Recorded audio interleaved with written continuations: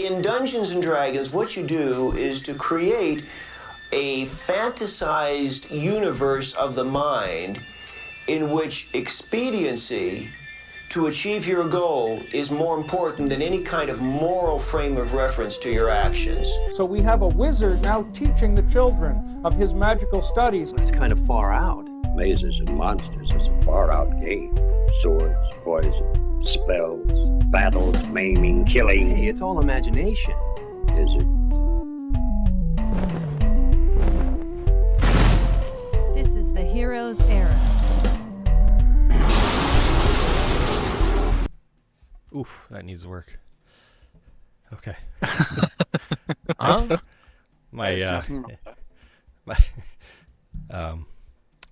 My explosion animation or whatnot just crawled across the bottom. It's supposed to explode over the whole screen. Okay. Oh, Joel's online on Discord.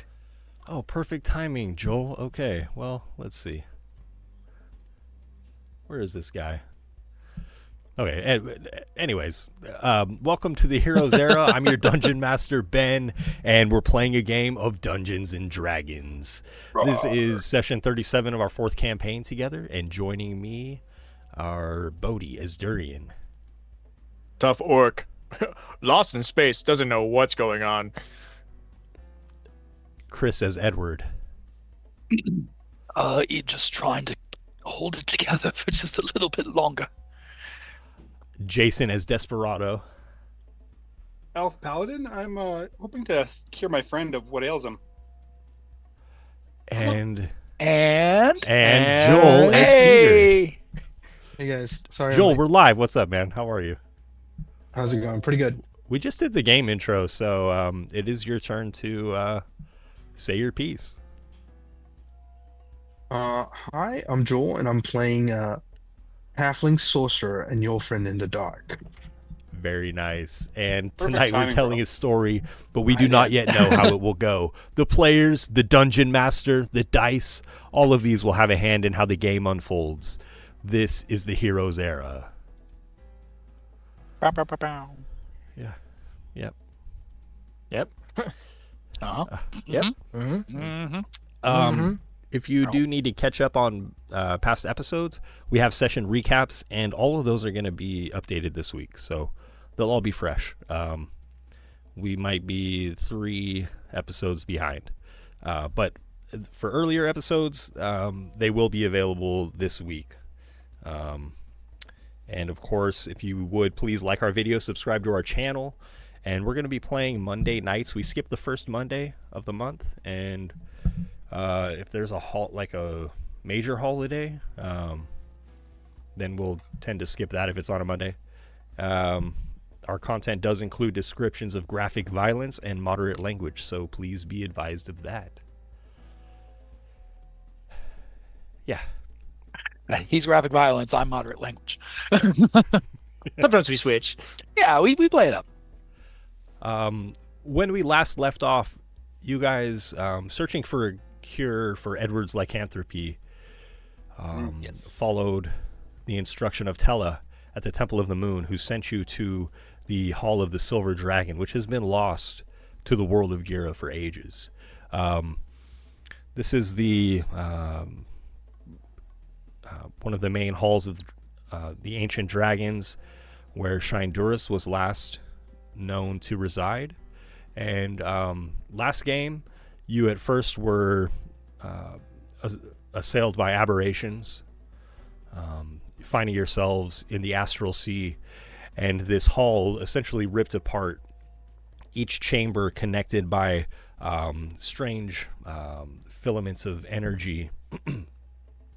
And so moving from one room of this hall to another required soaring through the Astral Sea and, hopefully ending up where you intended. You encountered abominations that you defeated, and then you made it to the throne room, where you found Shinduris in the form of an old, decrepit man. And he explained to you that these creatures were using his energy not only to sustain this place, but to essentially conduct fell magic, and they're using a cache of dragon eggs to create their own mutants. He was confused, disoriented at first, but through your conversation with him, you reminded him of his former glory, and he, in a sense, helped you hatch a plan whereby you would retrieve one of the silver eggs from these mutants to return it to him, as well as a important book from his study. And to your own ends, he revealed that one of the books in his study also should contain a cure for lycanthropy.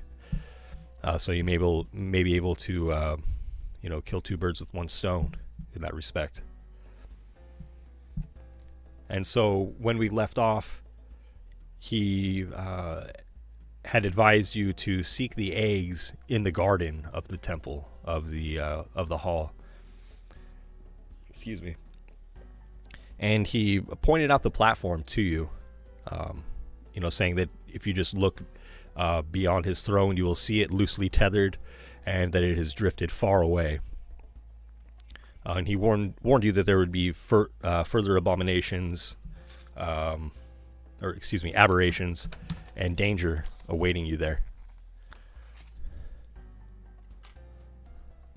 So we can pick up right there, as he has, shown you in the distance the platform that should contain the garden. I'm not sure if I put a number on how far away it was. It appears to be, over 100 feet away.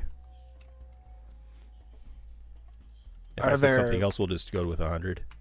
Are there those type of platforms that we encountered before, like placed throughout the 100-foot gap, or is it just a straight void until you get there?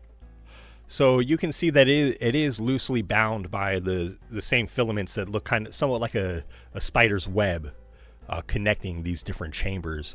And of course there are large tears or holes in these webs, so it's not like a channel exactly. It's as though I think I said last time, as though you have taken Halloween decorations, those kinds of spider webs, and stretched them too thin to where they're kind of barely hanging on, large gaps within them. Can we see how many of these weird creatures are in the garden from where we're at? The platform is above you relatively, if there is such a thing as a direction in the Astral Sea, so that you can see the bottom of this, and the chunks of rock and ground that it was once built upon, but you cannot see what is upon it from here. Well, I'm not really sneaky, but I feel like this might be a good scouting thing, just so those things were not, I'll be honest, guys, I could not hit those things whatsoever. I was having a tough time, so if I could know ahead of time where they're at, that'd be great. I could try to sneak forward a bit, see if I could see anything. That would be marvelous. May I tiptoe? So this will require soaring through the Astral Sea. You could try to, pull yourself along with these filaments, this web-like structure. What about my cloak? Can I use my cloak to make it easier? Yeah, make it easier to fly, absolutely. Yeah. Yeah, definitely. Okay. So I'll just do it that way then. Okay. To sort of I don't need to be tripping over trying to maneuver while I'm trying to stealth, so I'll just do that. Absolutely. And so you soar towards this platform in the distance, and as you do so, you see that the filaments binding the temple are torn in such a way that there are loose ends to it. It has been ripped apart rather than just spread apart in certain areas, and you see these loose ends striking against each other. There are brilliant sparks of energy, and they surge towards you. If you would please, if you would try to avoid these, make an intelligence check. An intelligence check. Ooh. Tricky Oh, yes. guy. You and your astral You're good at those, aren't you? seas.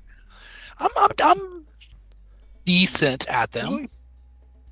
That's a 4. Oh, God. It doesn't matter how good you are if you roll a 2. Yeah. so Ben forgot we're not smart. None of us are. I'm pretty sure I'm the smartest one here too. Yeah, you are. if you would please roll me a D100. Oh no! Wild magic, you fireball yourself. It's never roll a D100. That's how much gold you found. I think I got the only beneficial D100 in the campaign. 64. I'm sorry, I should have had this up. All right, you Can take your time. find the wild surge table? Oh, it is the wild magic. Oh no! I was making a joke. I was making a joke. He doesn't fireball himself. He's fine. He heals completely. You know. Sorry, searching online brings up like improved versions. I just want to use And the, like improved, homebrewed, Flowers grow out of your hair. unearth arcana. Oh, Yeah, you got a feather beard. You know. It's the table. Oh, he's going old school. He's getting the book. okay. Sorry, I meant to have this handy. There, I got what I rate. What I roll. At 64. 64. You cast darkness centered on yourself. This does not take your concentration and lasts for 1 minute. So that's actually kind of great since I'm trying to sneak. Don't listen to him, Ben. He's cheating. Wow, okay. That's No, not what it 63 or says. 64. If you were able to pull that up online, can you share that in the Discord for me, please? Yeah, absolutely. I gotta. Thank you very much. Okay. So as you Oh, hang on. This is something weird. No, this is something different. This is not the regular table. I told you, Ben. He's lying to you. and you called him out. I'm whispering in your And you ear felt guilty. like a worm tongue, like a eunuch to his king. Wild Magic Surge, okay, page 104. I got it here. I used an index to expedite this. It's very good, Ben. Instead of just paging through this Flipping blindly. through. And I'm sorry, what number did you roll? 64. Okay. You do cast Fog Cloud centered on yourself. Or Okay, something well, does. A cloud of fog surrounds you. And, you quickly move through this as you're flying. And it kind of somewhat dissipates with your momentum. But would you please make a perception check for me? Yes. As you That emerge from I this am good at. cloud of fog. You find yourself a bit disoriented. I have an inspiration die. Can I use it for this? Yes. Ooh. Ooh, Okay. he is good at this. Okay, so that's a 25. You notice a couple of other smaller platforms along the way here that perhaps didn't catch your eye before you leapt into the air. But you see the main chamber that you were shooting for, the garden. And as you land, you see that you kind of come up from below the platform. Do you want to approach to land upon it or approach to stay a distance from it? So like as I'm like cresting up over it, I want to sort of slow myself down. I don't want to just pop up and get punched in the face. So I gotta slow down a little bit and just kind of ease myself up and kind of look around. If the coast is clear, then I will come up and land just for a moment to check it out. Okay. Since you're trying to kind of sneak a look here, will you make a stealth check for me? Of course. Hopefully this goes better this time. Oh, forgot to turn off my advantage, but that's okay. No, it's not. That's a 9. Oh, okay. Bang my head into the platform on the way up. Yeah, it's kind of hard to slow your own momentum, and you just, rather than just peeking over, kind of your upper torso begins to expose itself, And you do see two beasts similar to what you encountered earlier in the temple. These hulking figures covered in spines, vibrant colors. One of them, speckled and appearing very similar to the ones that you fought, but the other has stripes upon it instead, almost as if the speckles have been stretched out.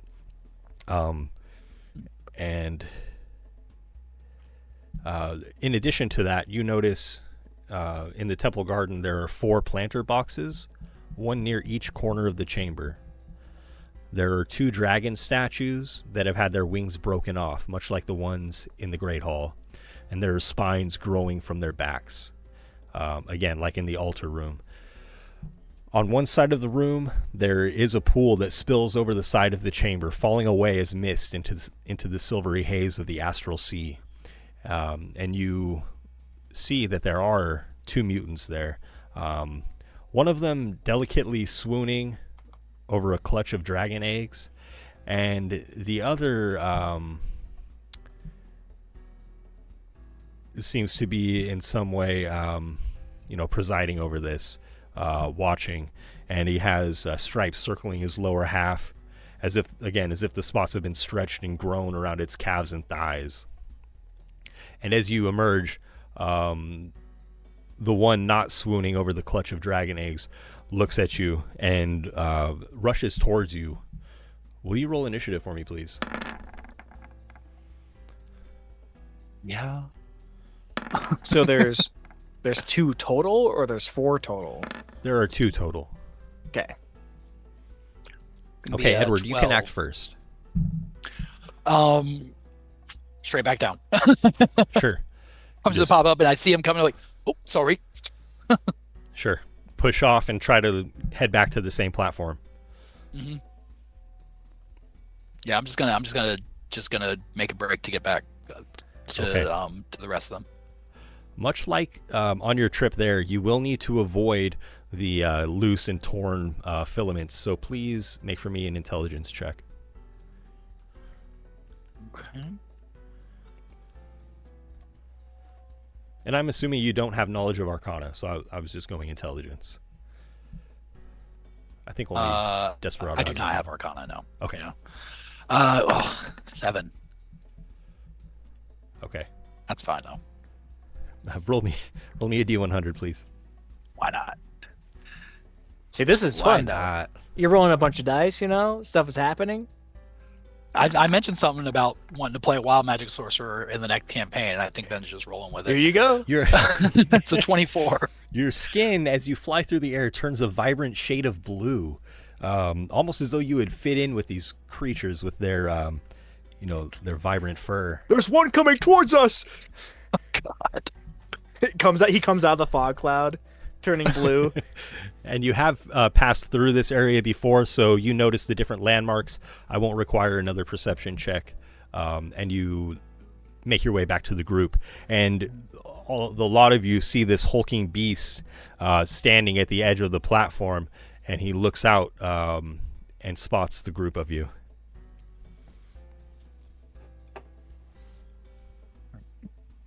Hey. Yes. So, the path is not clear, and these filaments don't get too close to the broken parts, as you can see. Knock an arrow and try and shoot the one looking down at us, Ben. Okay, of course. Yeah, honestly. If we can bait them down here, right? Like, separate the weak one from the herd, guys. Come on. This is like shooting at the boss from like the entrance to the boss room. You enter immediately and you start pelting it with like arrows. Yeah. And it doing can't chip leave. damage. Just... Its pathing can't figure it out.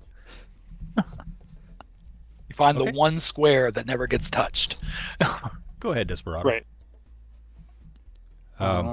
It will be a hard shot because of the angle and the way that his lower body is kind of obscured by the edge of the platform. And there's no gravity. Do you want me to attack at disadvantage? I'm just going to increase its AC. Oh, okay. Cool. Yeah, you've shot into the I'll, Astral Sea before too, so you know how to account for the lack of gravity. I'll say. Okay, cool. Yeah, cool. I'll pull out 2 arrows, put one in my mouth and one knock it, and then I'll grab the other one and knock it as well, like in rapid flow. Just Okay. Oh, that's going to be a natural 1 on the first swing. Okay. Readjust, and there, 24 to hit on the second one. Yeah, the first arrow just kind of wobbles and continues wobbling somewhat like a fish, just in an obscure direction. The second arrow will hit. Oh, nice. Very nice. 7 piercing damage. Take that. Is this the striped one that's bearing over the edge? It is, yes. As soon as right after you take your shot, the creature pulls back and again is lost to your sight. So, And then I'll, Bitch. and I'll fill them in on everything else I saw, the eggs and the other one, dealing with those and the platforms, all that stuff. Okay. well, I can't really do anything but get close, so should I just go for it? I mean, I'm not going to let you go alone. If you're going to go, I'll go with you, Darian. Yeah, I mean, I do sort of feel like we don't have a choice. We have to move forward. Yeah. yeah. I might just stow my bow and get ready with my my shield, and let's go. Am I still? I gotta do better. Keep dragons. Am I still shifted, or do I need to change? I thought that you shifted out to speak with the dragon, but I'm not certain. I kind did. of You're right. almost just You're right. I assuming did. that. Okay. So yeah. So before we go back up there, then I will transform and reactivate my claws as well. Okay. So a few moments of deliberation pass, and you guys all have it in your minds to assail the platform. Nice. Just a full assault. And as Me, at least. I mean, these guys can get crafty about it, but there's nothing else I can do. Okay. Yeah, and again, to gain perspective on the platform of this chamber of the hall, you will need to, rise in elevation substantially because it is 100 feet up, at an angle, effectively. And as you guys decide what to do, you hear just like a crunching, crashing sound next to you, and then hailstones begin to fall rapidly all around the group of you where you're standing. Will you please make dexterity saving throws as you look up to see some of these are quite large, and try to avoid the brunt of these.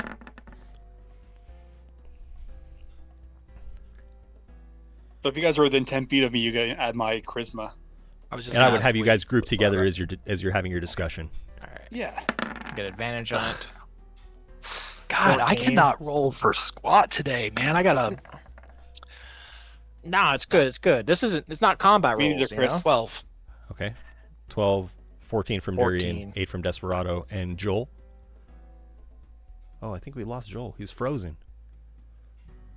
No. How long has he been like that? Oh, no. Oh, no. I saw that, but no. I figured he was like looking down or something. Just being really still. Oh, goodness. Okay, that's not good. I just thought I was being quiet. Can somebody message him in Discord, please? I mean, he's always quiet. Everyone message him at once, Yeah, we should all do it. Oh, there he goes. Okay. Just say. Well, I'm glad that we're having issues with the first time that we decided to go live. That's, It's the best way to do it. wouldn't be the Heroes era unless it was just, technical difficulties after technical difficulties. Yeah, after we hired those goblin tinkerers, on contract nonetheless. Should not have done that. Try to save a Yeah. buck. No, that's what listen, you the get. Goblin Tinkerers were doing great work until Ben killed Scuzz, and I think they took that personally. Yeah, very much. Let's see. I'll I pull didn't up. like how goblins are represented in the campaign. I will make a save here for Joel, for Peter. We're an equal opportunity realm. There's no evil races in the Heroes era, Bodhi. Yeah, I played a bugbear. Yeah, absolutely. Oh, Nobody's there bad. are evil races, my friends. Whoa. Actually, Whoa. I think you're encountering some of them right now. Fair. Oh, okay, yeah. I mean, these are just dogs from space. You know, these are moon dogs. Okay, Joel, you're back. Welcome. There he is. You're just on mute, Joel. I rolled your save for you there on roll 20. You got a 21. Appreciate it. So Appreciate it. Yep, no It problem. looks like my internet crashed for a second there. It's been giving me problems, so. You looked like you were doing like the worries. thinking man pose, and your eyes were Dude. closed, and you were just still. Let's see if it wants to behave. So a failed save Is that will what I take take? 9 bludgeoning and 12 cold damage. Ouch. Joel is the only successful save on that. Okay. Okay. All right. I don't have to worry about halving it. I stand corrected. I'm sorry, Durian. Oh, I did. Did I do it? I assumed the DC would be higher. No, it is not. You saved, Durian. You're able to dive out of the way, pelted by smaller blocks of hail, and you'll take half damage from this. So 11 Okay. total. Yeah, absolutely. 10 total. Sorry, 10 total. Okay. I'll take it. And if you guys would all please roll initiative.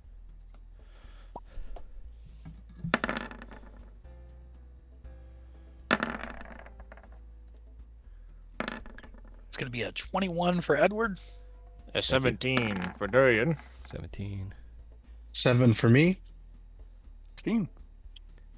16 Desperado. 15 for me. For Durian. And 7 for Peter.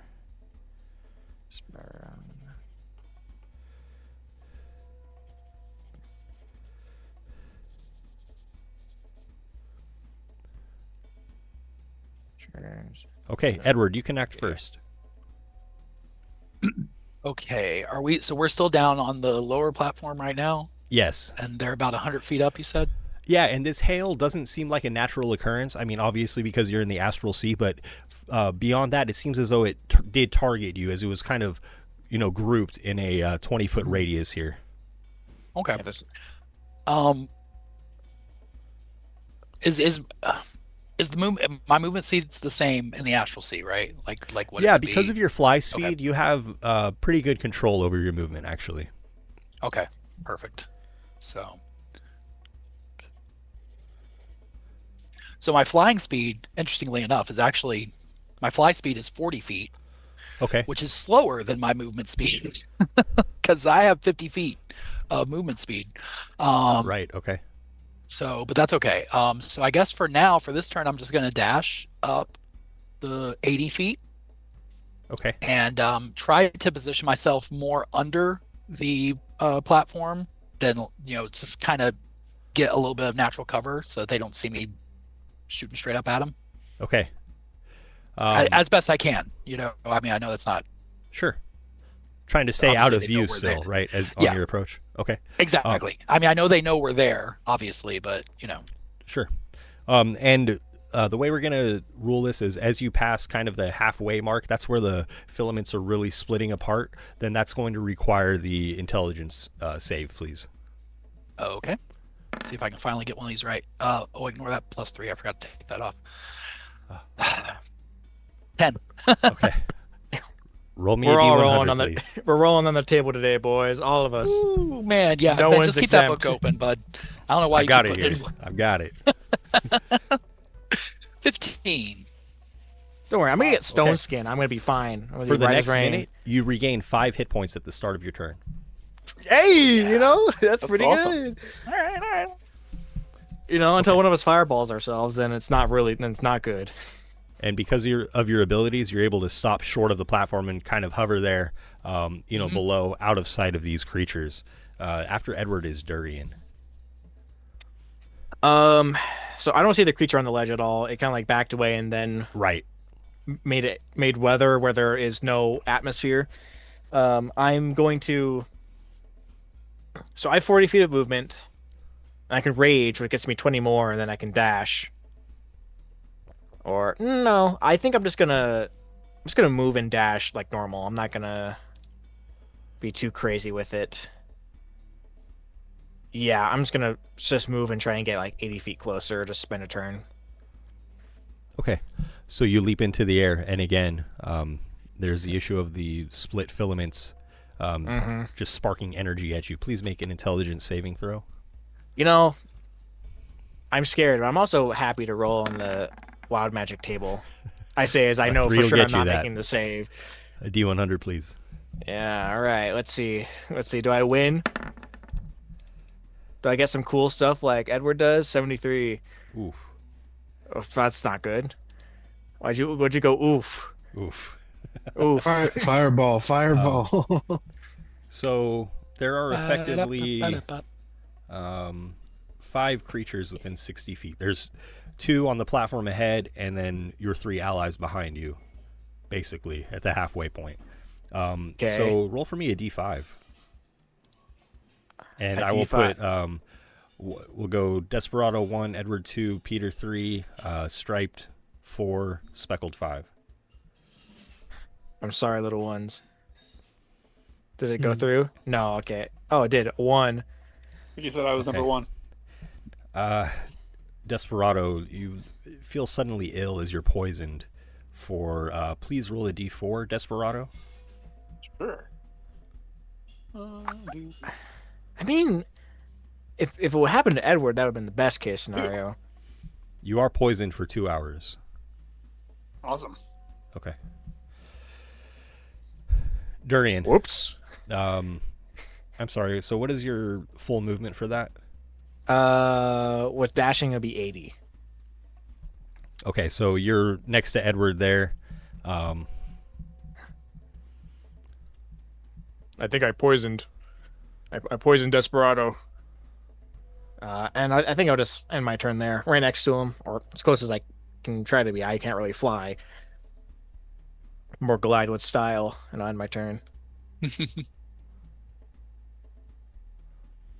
Okay, next is Desperado. I will first before. So is Durian like on his way flying towards the? You're on your Yes. way, right? Yeah, about 20 feet off of the platform that you guys are shooting for.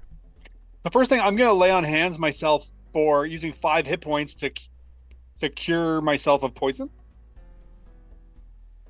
Nice. With lay on hands, if you use 5, you can cure poison or disease with 5. Awesome. Yeah. Okay. So I'll just. I can put it in the chat here. That's helpful. He was the second best person to hit with poison, besides the creatures, I guess. It's that absolutely. alternatively at the bottom half there. If you Sure. spend 5 hit points, you can cure yourself. So I'll do that, and then I will Superman following behind Durian. I may not be able. I can only get about 35. My move is 35 feet, so I'll only be able to move that far. And I'll try and use like you mentioned that to Edward the first time he went up, he could have like used the strands to pull himself along. Perhaps, yes. You may Yeah, try. I'm gonna try and do that. Maybe that might make it a little bit easier. Okay.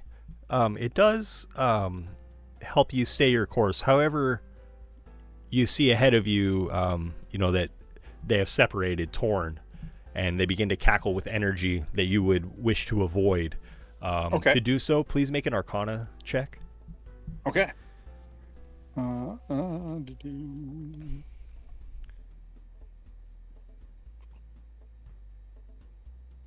Make sure I have. Nope, I don't. Okay, cool. Here we go. What can I get? What's that? 1. Okay. Roll me a D100, please. Yes. This isn't a punishment, Ben. This is fun. 72. You gain resistance to all damage for the next minute. Nice. Hey, I'll take it. we're just this is buffing not before working the the way fight. you thought it was, did it? And the wild magic of this, whatever's holding this temple, the Hall of Shinduras together, is coming in pretty clutch here. So Desperado, you will need to release the webs that are, kind of binding these chambers. But at that point, you can continue to, drift, soar through the Astral Sea towards your allies. You see them as a landmark, so it's easy enough to shoot off in their direction, and just use your full movement and dash to get that far, and you're basically 10 feet off of where they are. So 30 Nice, feet okay. away from the next platform. Awesome. That's great.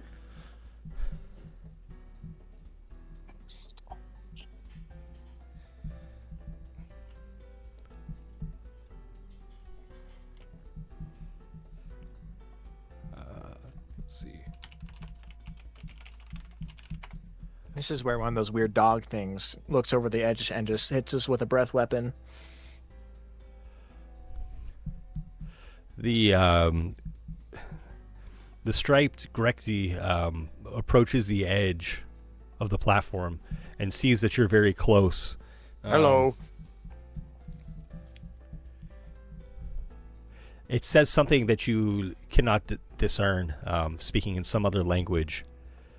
And then twisting patterns of colors weave through the air all around you. This pattern appears just for a moment before it vanishes. And it surrounds you, Desperado, Durian, and Edward. If you guys would please make wisdom saving throws. Oh, no.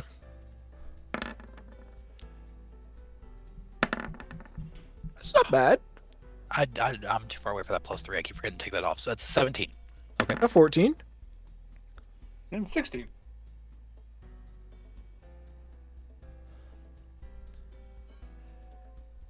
Okay. The spell has no effect on you. The creature backs away again, out of view. And next is Peter. Oh my, oh my, oh my, oh my. You tell me, Ben, how far am I from the closest creature? The closest creature besides Shinduris is Desperado. Sorry, the closest enemy. It's not in sight, but it's probably about 110, 120 feet away. Okay, there's nothing I can do from here then. The only thing I can do, I guess, is try to close that distance. So I'll try to move. Okay. And So your that'll move be speed is 25? That's right. Okay. You leap into the Astral Sea, aiming for your allies, and you have flown through the Astral Sea before, so you have some advantage in this matter. But you get to the halfway point, and you notice again these webs splitting apart, cackling with energy. Please make an Arcana or Intelligence, what is effectively a save. Okay, it's gonna be the same bonus. I'm not proficient. You're not that guy. Yeah. I just feel magic out, It's Wow. Maybe. You don't need skill when you have luck. Nonetheless, yeah. Whether it's your diminutive size or your luck, you do avoid any of this magic that is sparking off. You're unaffected. So you must know it's not harmful at all. See, guys, Peter, it's not that hard. It's not that hard. Peter, just touch it. It makes you like magical, and it gives you cool stuff. Like he's healing. He's made of stone, I guess. Next is Edward, and you find yourself 20 feet off of the ledge of this platform. Okay. I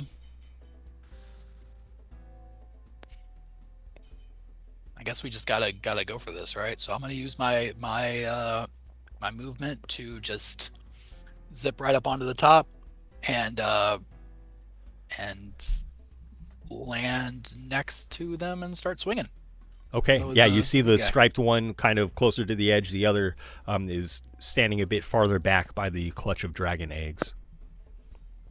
Yeah, so I'll just come up and then just like dive bomb straight at him. Okay. Claw first. Alrighty.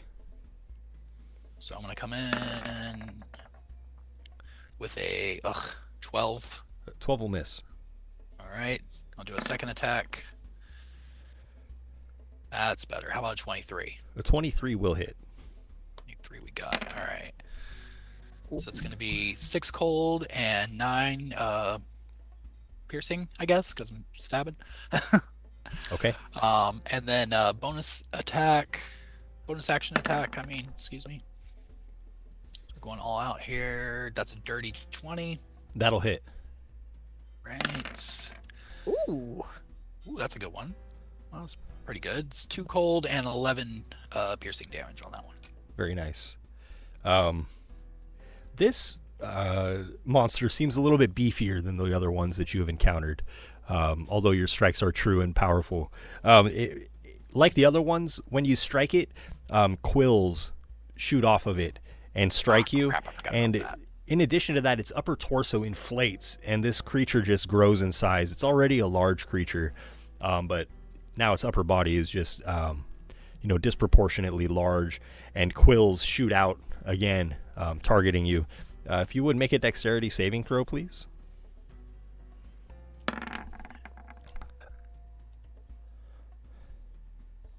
Oh my god, with these dice, come on. It's going to be 12. Okay. You will take, for the one based on the save, 15 damage, and from the other quills that automatically hit, you'll take 4 damage. Okay. But, I mean, you have them. 19 total. Yeah. Did you heal your 5 from your fun little bonus? Oh, right, yes. So that would put me on to 57. And then... Okay. Okay. After Edward is Durian. I'm going to fly up, 20 feet, do much of a similar maneuver as Edward did. And as I get up, I see him being blasted by quills. And I'm like, oh, well, that's no good. That's no good. And I'm going to go into a rage. And as I finally step on some ground and not flying through space and back in my element, I'm going to rush the striped creature and try just to deflate this weird roided up muscle sack, whatever thing it has, by slashing at it with my great axe. Okay, go ahead. So as a rage, I'm gonna go recklessly as well. Just try and get his attention on me so it doesn't hurt him as well, although it's gonna absolutely hurt him from the quills thing. And we're just gonna take some good old swings at it. Ooh, a 27, which I would assume would hit. And a 24 hit. So what we're gonna make sure that's on. That is for a total of 10 for the first one and 18 for the second one. As I just aim for its back primarily, but just getting any licks in that I can. Wow. Okay.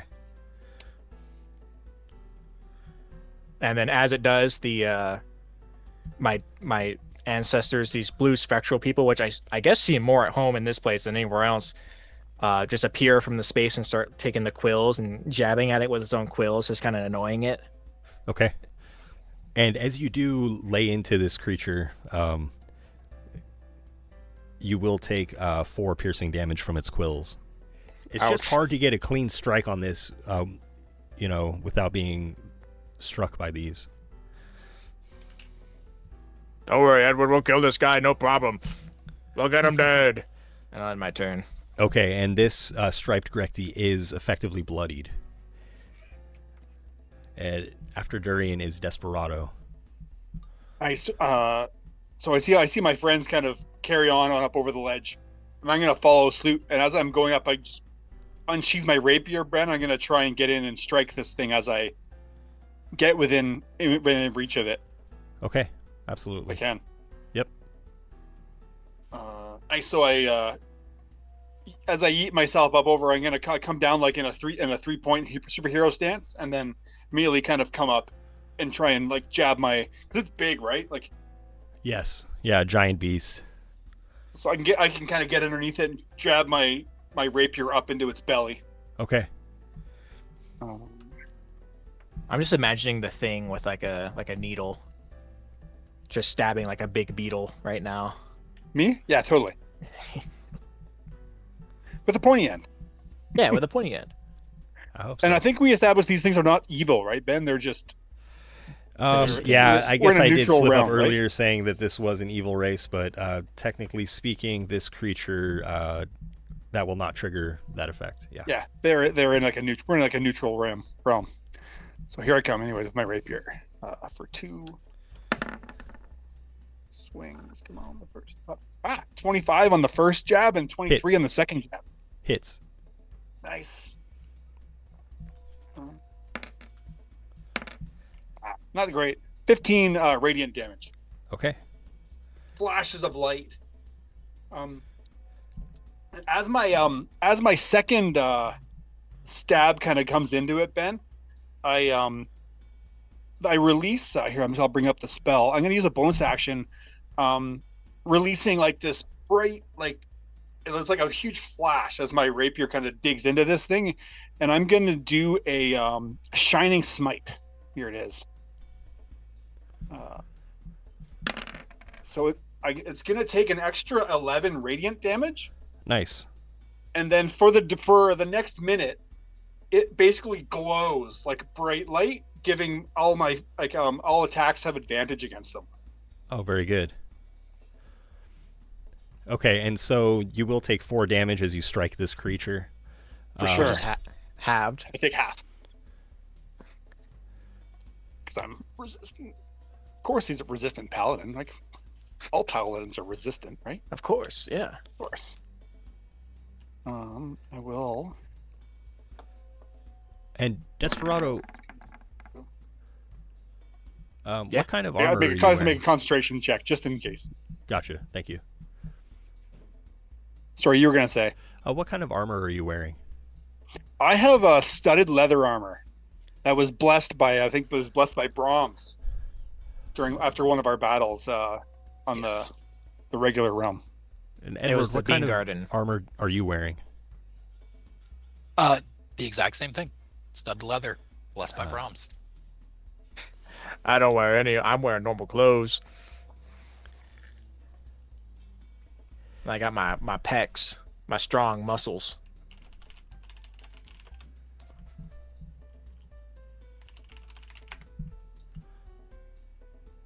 And the creature struck last by Desperado inhales deeply in its, puffed up upper torso and sprays acid upon you. If you would, please make a dexterity saving throw, Desperado. I will.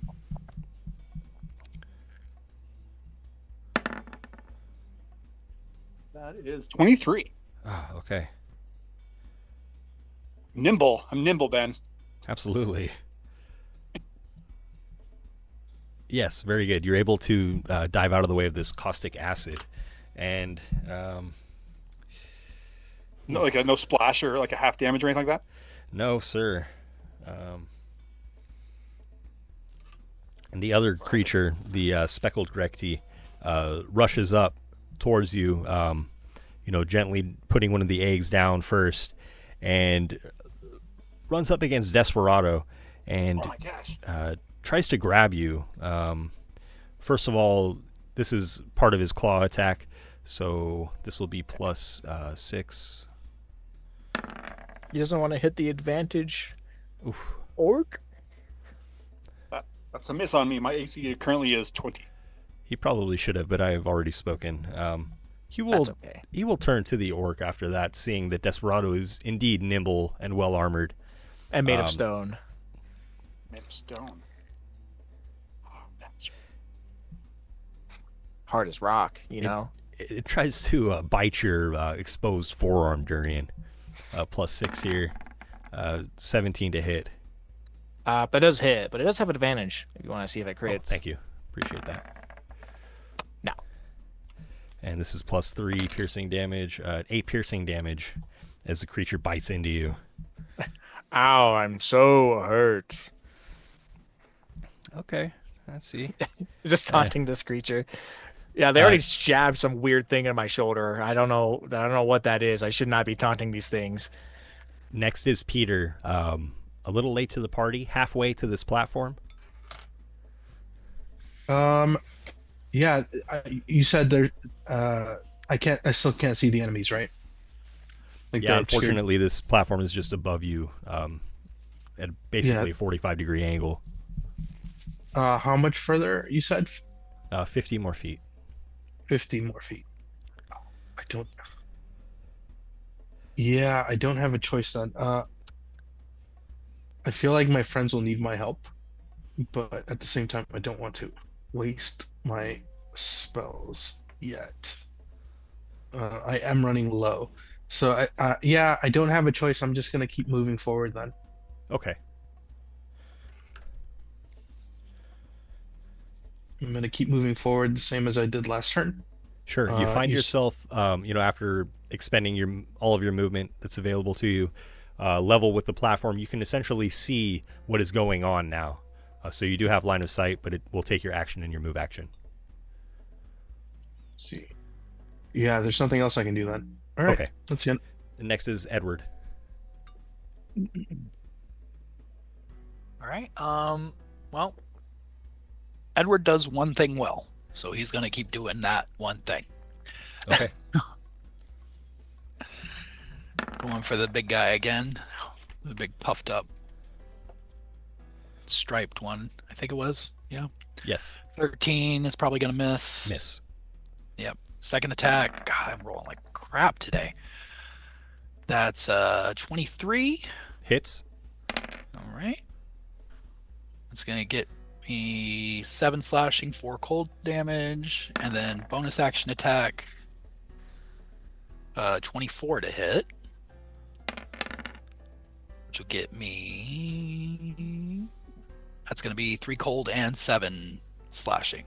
And your claws tear into this massive beast and flay open his upper torso, large and exposed as it is.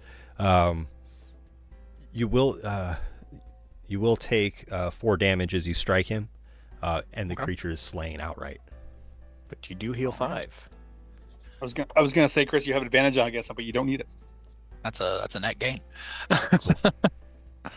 Okay. And then so that one's dead now. The other one that was like looking over the egg was watching the eggs. Is it still over there, or is it?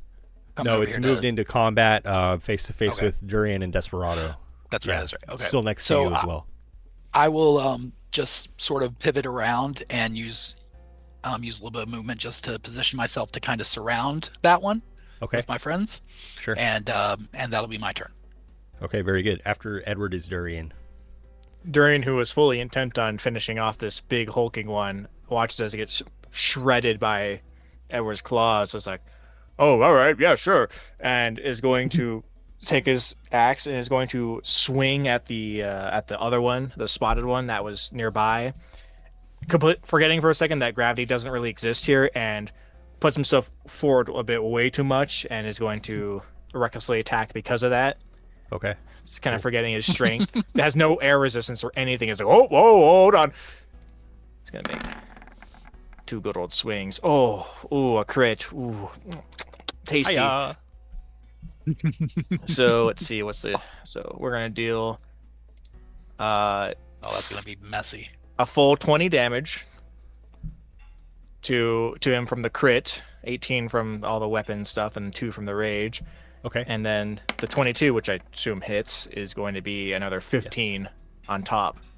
So 35, as I kind of just go, bam, bam. And then as far as my bonus action, since I did crit with a weapon, with Great Weapon Master, I will make another attack as a bonus action.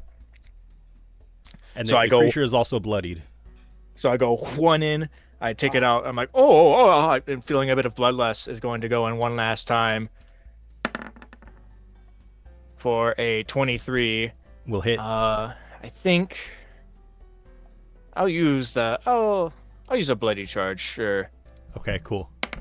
So we'll do a 24 plus a D10 for another 2. So a 16 more on top of it. As I just try to mow this thing down as quick as I can. This creature is not in good shape. The speckled Grekti, badly wounded. My ancestors are digging their hands inside those slash wounds and trying to pull it my way as they grab onto it. Okay. And that'll be my turn. After Durian is Desperado. And this creature's blood is, oozing out in many colors.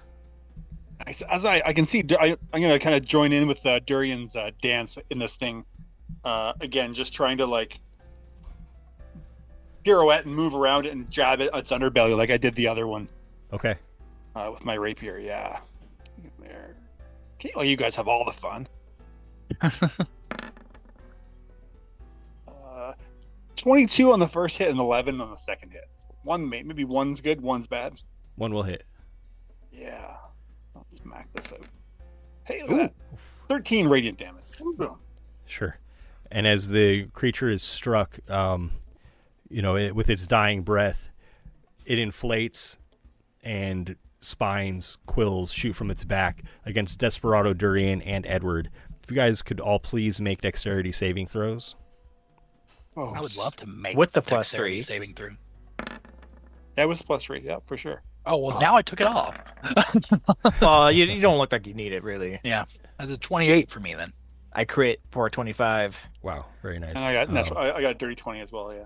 There are so many of these spines that it's impossible to avoid all of them, so you will take 4 damage from that. And then I apologize, Durian, on your turn, you'll take an additional 4 for hitting him.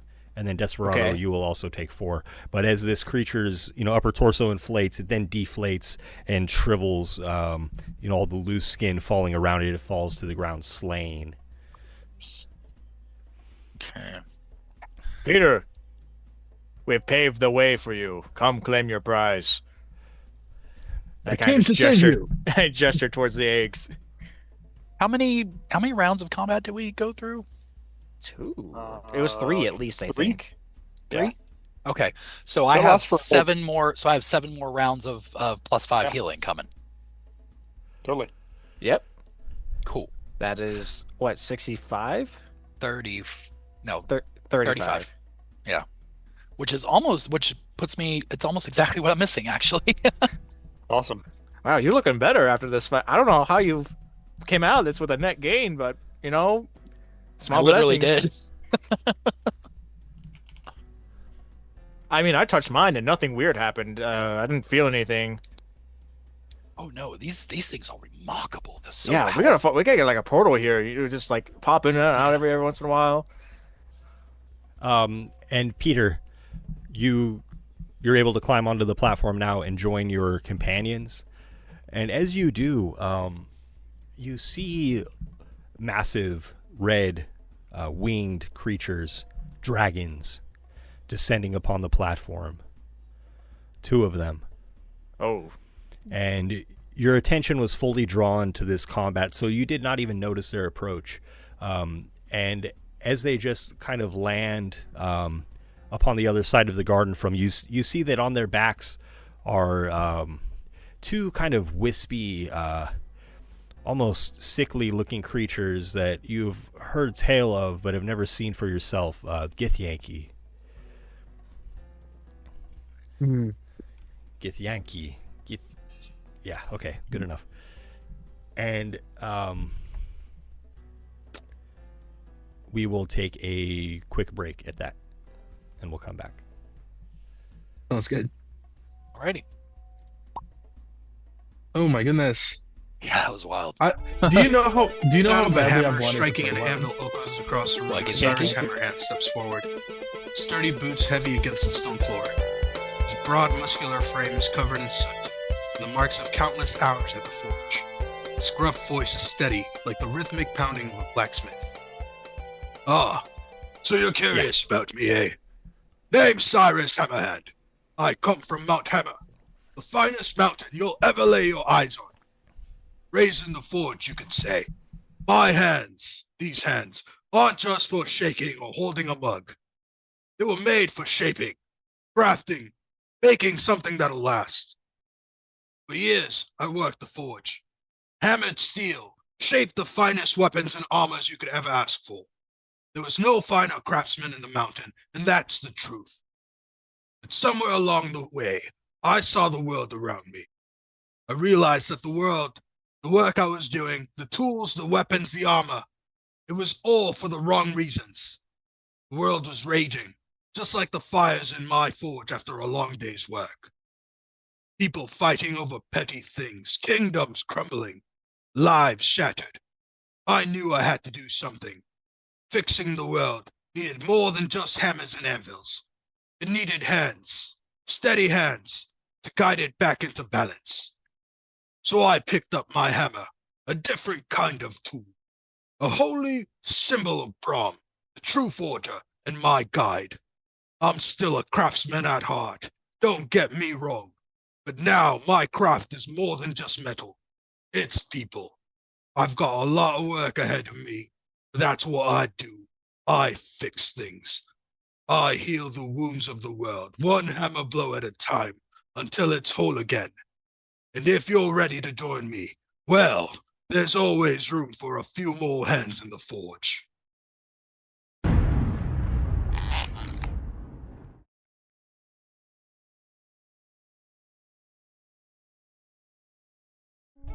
Hey, yeah, how you doing? Scuzz is my name. I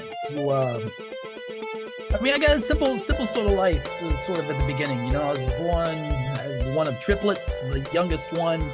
I got my brothers Scud and Skull. Pretty cool guys. Skull's a pretty tough fella. He's he's a tough guy. But Scud's cool though. He's a nice one. Anyway, Scud always had the brains, and Skull always had sort of the brawn, and I was always sort of just like the other one. I've eventually sort of found my way though in our basic little goblin raiding clans is what the goblins do that can't really do much else of anything. So that's where I found myself doing some little raids, a little pillaging here and there, until one day I found this lovely little deck of cards amongst some things. Dug through one of the cards, started looking at them, went to pluck one out, and this other goblin fella in the raid group, he snatched them out from me, and he pulled one of the cards out. You know, that card turned into a beautiful, like, magical sword. He started swinging it around, started acting all tough about it, and showing off and everything. And somebody else grabs another one of the cards. He pulls one out, and you know. But that one was weird though, because he pulled that one out, and this weird demon guy popped out and just smashed him, and then vanished. Strangest thing I ever saw.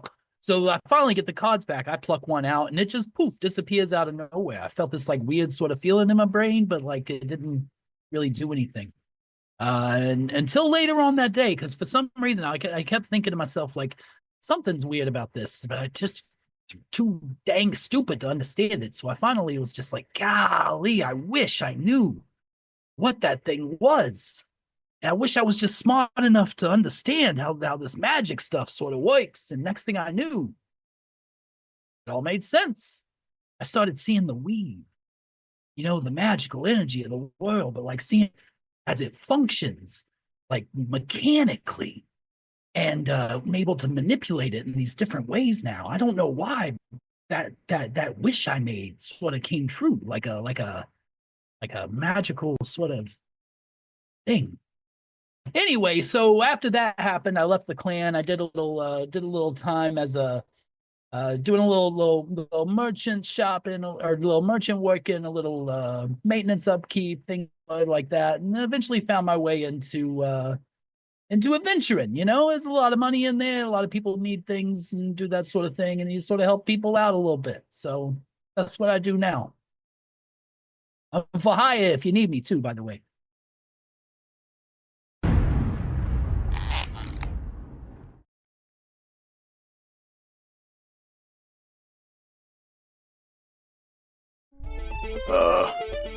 I was with my pa in the woods, hunting for food on a long trip away from home.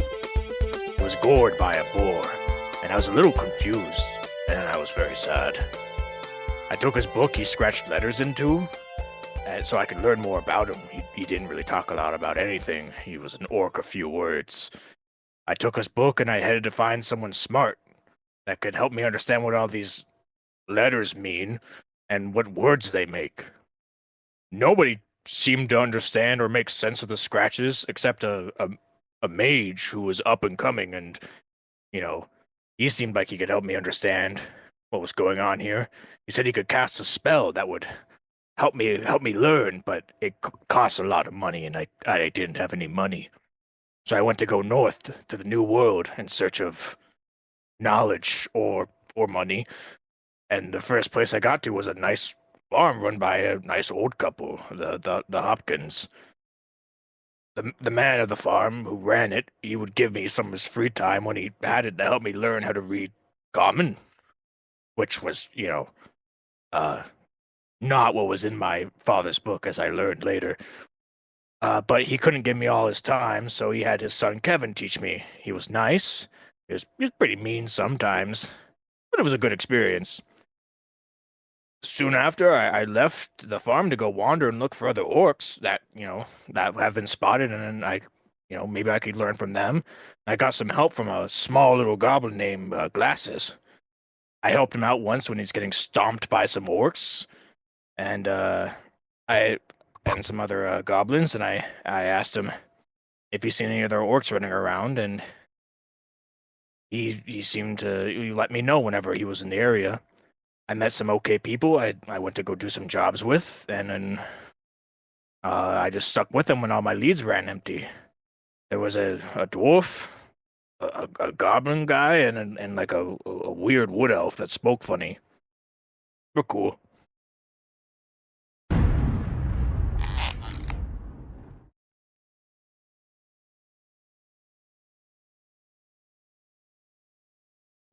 So usually these sorts of stories begin with a young, jovial character thrust into a life-changing scenario, setting them on some kind of unplanned trajectory. But they aren't usually embarrassing or humiliating.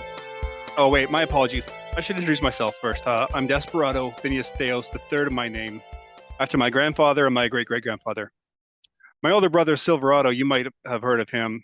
He did some pretty great things for the people of Gira. He left some time ago, a few years ago now. Hasn't been heard from in quite a while. Our home, our village, sits within the Redwood Forest, just on the edge of Dunsmuir Lake. Anyway, Silverado's leaving home for me was really tough. I thought we'd be in the forest together forever, our families growing up together. But after he set off, I realized I needed to find my place in this world too. I just wasn't sure what that looked like. I wasn't sure what that might be. And my friends and I, we spent most of our time just messing around on the shores of the Dunsmuir, like any, young elf might do. When we weren't in school or training, that is.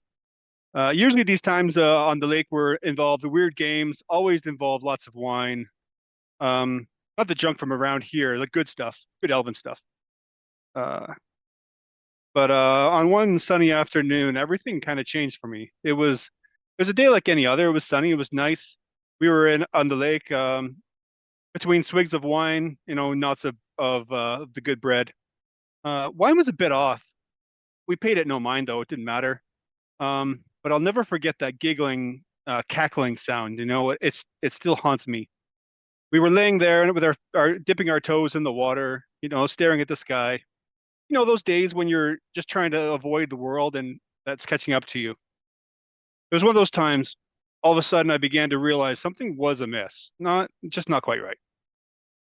I couldn't wiggle my toes, my fingers, I couldn't turn my head. I couldn't move my arms or legs. I wasn't quite sure what had happened. None of us could move, but we could see and we could hear quite well. I could hear really well. You know how they say when you lose one sense, all your other sense are heightened. They're very right. The dancing and the laughing and cackling sound all around us. I couldn't tell what they were. I found out later from my father they're called bogles, tricksy little fey creatures. Anyway, they took everything. They took everything from us: our food, our coins, our clothes, our dignity. By the time I could move again, they were gone. There was no trace of them. There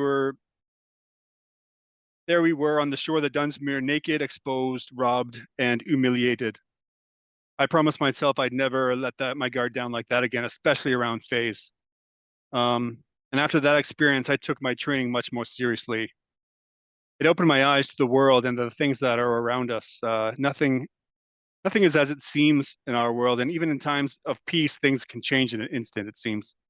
After the thing with the boggles, I kind of developed this issue with others touching my food. I trained in the community kitchens and learned some really good elven cuisine. I became a pretty accomplished chef, But when I wasn't in the kitchens, instead of spending my time at the lake, I practiced with my bow and my blades. I hoped that I wouldn't ever need to use them, but I wanted to be prepared in the event that I did. And it was around that time that the lady in the lake came to me. Apparently, she'd been watching me. I had no idea, but the first time I saw her, she appeared as this regal elven maiden, wearing this fairly pristine sylvan plate mail. She talked to me about how she was ready to take on a champion, someone to carry on her mantle. She would spar with me, and she helped me hone my skills with my bow and my blade. She told me about how she was one of the protectors of my people long ago. A great knight. No idea. She fought in the great battle of the Redwood Forest, the one that gave Redwood its name. She was a real great warrior, and she fought bravely in that battle. She had eventually fall, but Dunsmuir favored her, and her spirit lives on in the lake. She watches over our kin and in service of him in Dunsmuir. She asked if I could prove my worth. She would empower me to do great things. She asked me to seek out one of Dunsmuir's most faithful followers, my brother, actually, Silverado. She says he's lost but not gone, and that's what brings me here.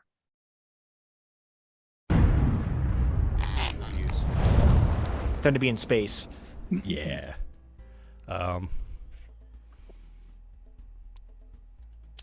So we left off, and these two dragons with dragon riders just alighted upon the platform here. And just to reiterate, each platform does seem to have its own kind of gravitational pull that feels like the mortal realm that you are from. As they land, the two dragons inhale deeply, and one of them moves menacingly to the side of the eggs, the clutch of eggs. However, they do not attack outright. They seem somewhat apprehensive. Perhaps they've, witnessed your prowess in battle and hesitate for that reason, or maybe they simply know the danger of what they're getting into here.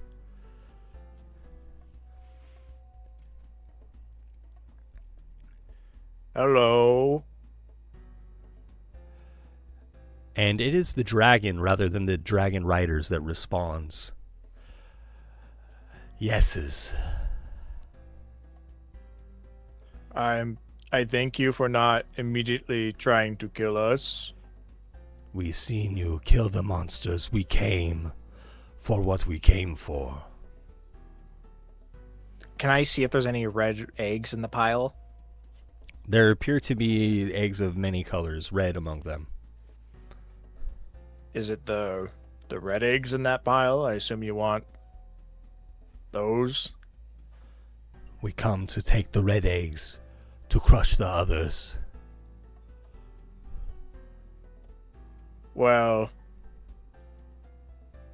I mean, we killed these two, and we killed 3 more back there. And we also killed what was it? An ancient, an adult, a pretty old white dragon as well, named Riva, recently. Olive. Yes. Wait. The dragon looks to the other. Rave you killed, but you have not killed 2 dragons at once, and with them powerful riders.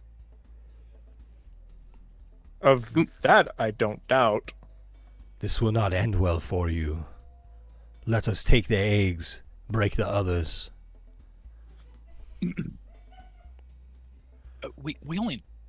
Sorry, quick. We only need 1 egg, right? Yeah, just a silver one. Yeah. I'm sorry. I don't suppose it's possible that we take 1 single egg. One of the silver ones. Just we only need 1. We do not wish to fight. We do not wish to battle. I see, yes, you are right. We have not fought 2 dragons and 2 riders at the same time. And none of us, and it would be a very hard fight for us. And it would be a challenging fight for you all as well, and it would be very messy, and we don't want to do any of that. We just want to take 1 egg, and you do whatever you wish with the rest. The dragon speaks to its rider upon its back and to the other 2. The other rider, the other dragon. I'm sorry, Desperado, were you going to speak as well? I was just going to, only building on what my friend is saying, that the only use we have for the egg is merely a token of our prowess, that we might cure my friend of an affliction he is dealing with, nothing more than that. I mean, look at me. You see this curse that I'm bearing. Please, I need this as payment to receive my cure. Edward, will you make a persuasion check with advantage? as help from Desperado. Persuasion. Oh, I'm so persuasive, you guys. It's gonna be great.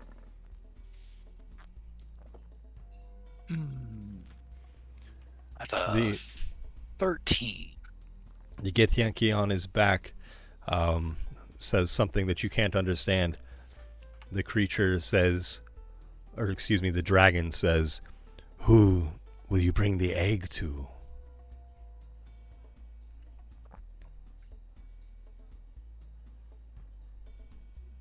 I don't think it's anyone. Can I cut in? Any... Can I cut in? Yeah. Sure.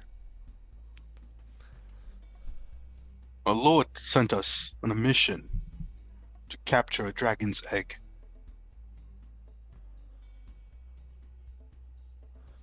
Not of this plane, our Lord, not of this plane. What Lord?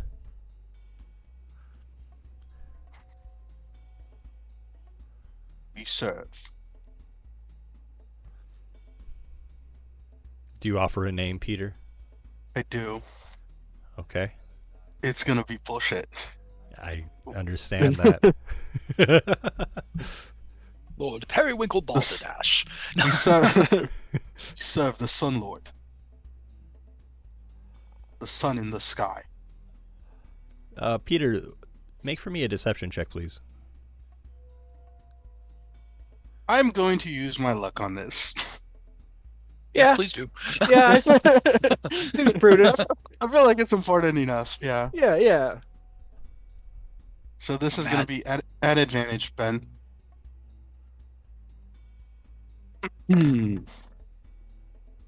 Really? Really now? Usually I'm better.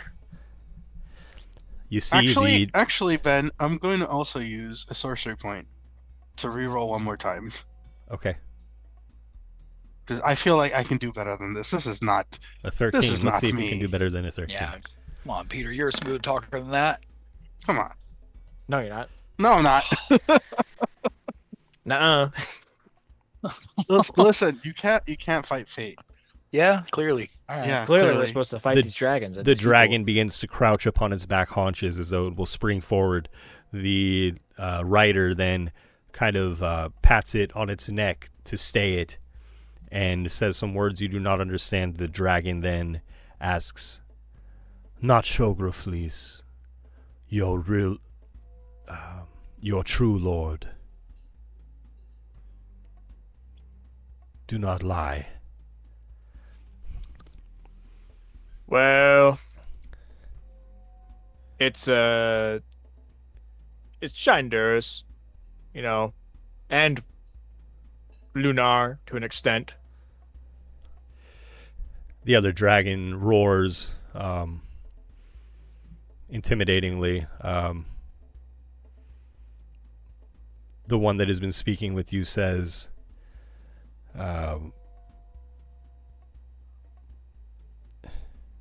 "You bring an egg to Shinduris so that he may rule the Astral Sea." Is that what he does? Is that what he wishes? I think he wishes to kill these things, and I point towards the dead creatures. It's yeah, exactly. It is to remove the curse of these beasts. Nothing more than that. Then he will leave. You presume? I don't know how this dragon stuff really works. Wishes only to rest in peace. If you cannot assure me that he will leave, then I will not permit you to take an egg to him.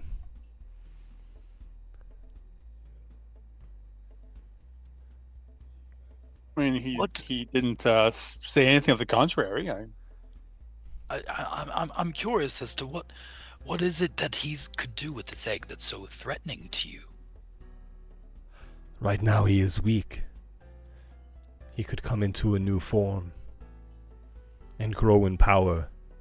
How long would it take for him to change into a new form? In your eyes, ages. In ours, time passes much more quickly.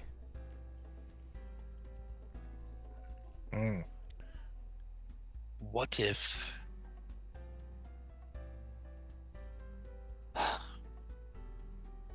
We cannot abide another dragon in the Astral Sea. One that is not restrained, one that has reached its power. I need that egg. I am sorry. Tell me how much do you value your own? And I start pointing towards the red dragon eggs. In a battle between us, do you think they'll be unscathed? Peter, will you make an intimidation check, please? I know this halfling, and he will absolutely attack your eggs Fuck. first. He attacks us sometimes. Just for fun.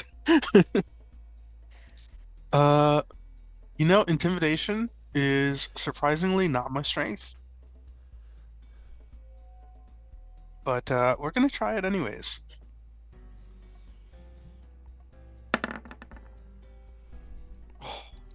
I am going to re-roll that with a sorcery point. An 8, okay. Yes, I feel like this is pretty important. Oh my goodness. Oh my god. Who cursed my dice? What is going on tonight? Jesus. You need to change the color. Put them in dice jail. Change the color. Dude, I feel like I can't do anything today. Okay. Dice jail. The dice have spoken, Ben.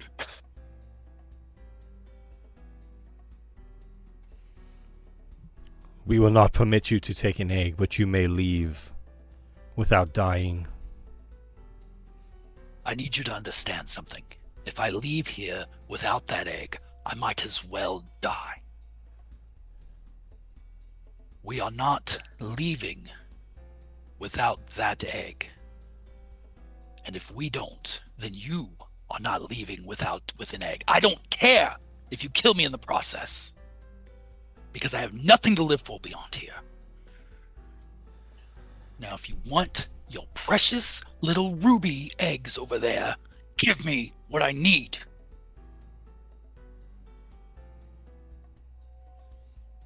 I guarantee you I will shatter them before you kill me. And I will laugh as you rip me to shreds. I have nothing to lose on this. Edward, make an intimidation check with advantage, please.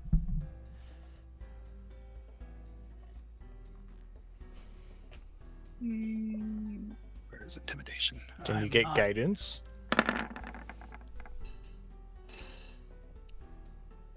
15.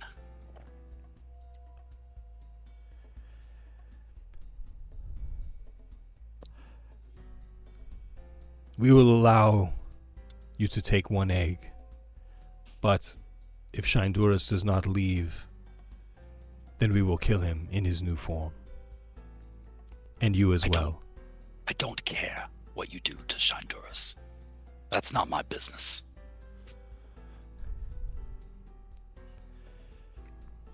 The dragons hold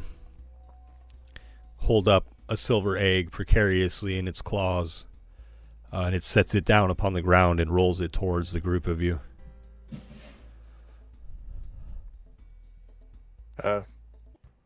Jordan will grab it. Palm it in one hand. All right, well, thank you. The dragons take several red eggs from the clutch, in the clutches of their claws, and the rest, they spill out into the Astral Sea, and they leap into the air with a final word. Remember, if he does not leave, you all die. Right? Okay. The dragons and the till riders fly into the distance. Oh, that was... I feel like we should have just fought them. Were those ancient dragons? Or are those like adult dragons? These dragons were not as large as Rave. I mean, well, the thing is, I don't know much about the guys on the back, but I think maybe we could kill the dragons. Because we killed Rave, and that was me flying in the air. I mean, with everybody, you know, they might die regardless. But we should go find these books. Yeah, we should find this library for sure. Yeah. Let's go get what we need and let's just get out of here. Yeah, let's get out of this place. Exactly, yeah. I don't know, maybe Chandris will help us stomp those guys. Because if we can kill him, just the 4 of us, and he's in a bigger, better form and kills them, then... We'll give him the egg. We'll tell him what they told us and let him figure out what he wants to do about it. Yeah. We can't solve everyone's problem. Yeah, if worse comes to worse, you know. They can threaten us all they want, my friends, but I mean, we're pretty cool. All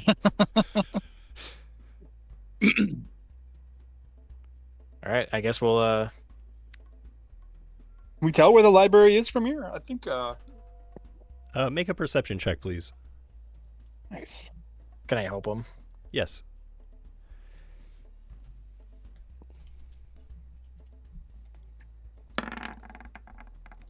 $14. You see another platform, slightly tangent to the one that you took off from. And you see shelves that may be bookshelves.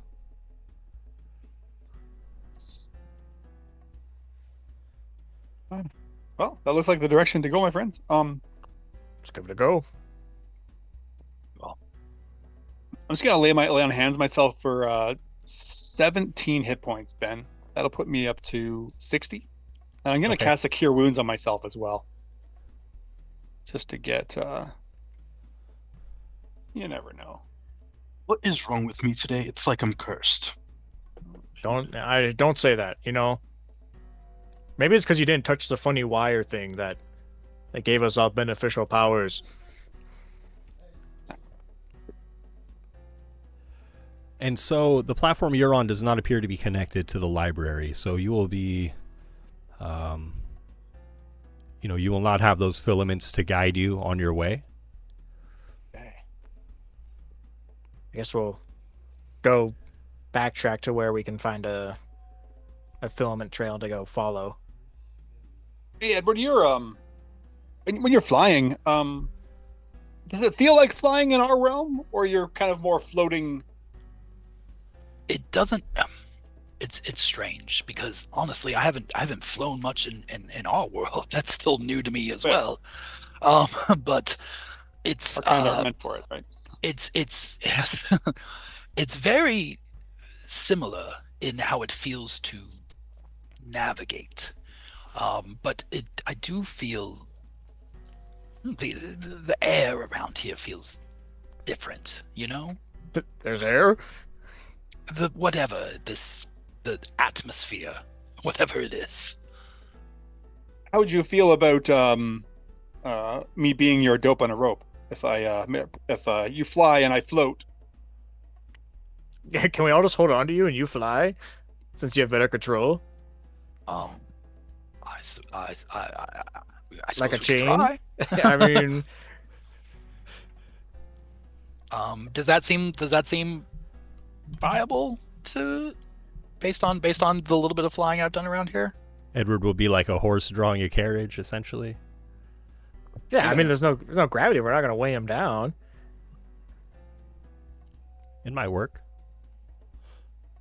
Let's test it on this part where we can actually see where we're going and see how it can't feels. be any worse than just trying without a rope. Yeah. Listen, how about I just take one of you? We'll do a quick circle. Just see how it feels. Good. Okay. I'll go for it. I'll grab onto his leg. Yeah. I'll take off and see if I can just kind of lift him up with me and drag him. See how hard that is for me. Because if it can work with me, it can work with anybody.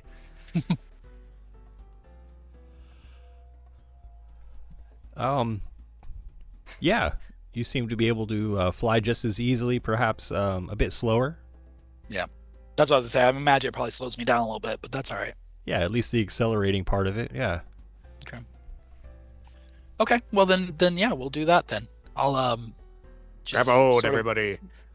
Rise up a little bit so we can grab an ankle and just keep barrel of monkeys this thing out of here. Durian grabs Edward's ankle. Desperado grabs Durian's ankle, and Peter grabs Desperado's ankle, or yes, yes, like a barrel of monkeys. Yeah. Bring us forward. Okay. Edward leaps into the air with the lot of you, daisy chained behind him. And if you guys would please just make some strength checks, please, to keep your grip, as Edward flies forward, at the onset of this voyage. Just raw strength. Yeah.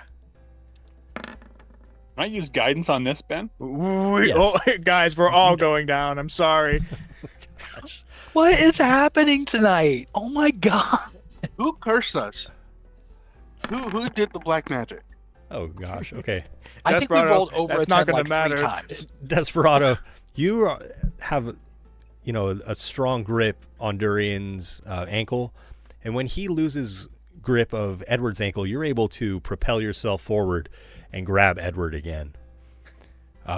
So you stay the course with Edward. However, Durian and Peter, you just kind of lose your grip and drift off into different Peter? directions. What's that? Can I try and go for Peter?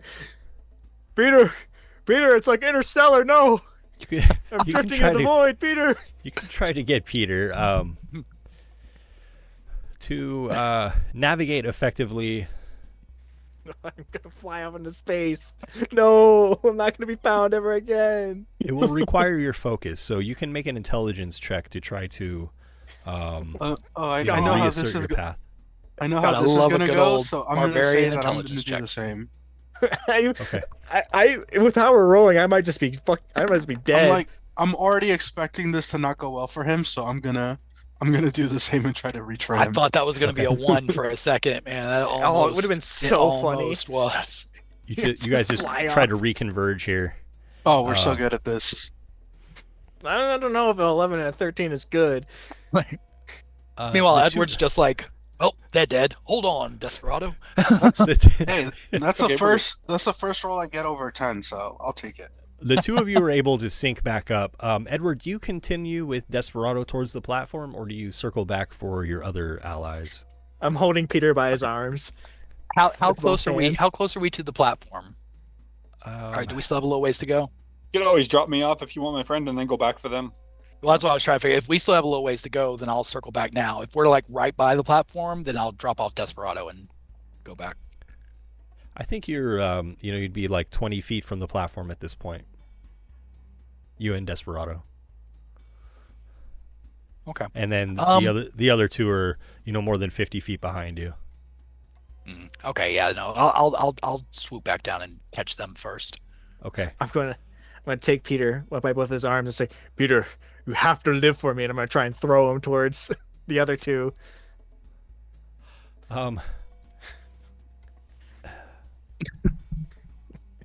Peter, live for me.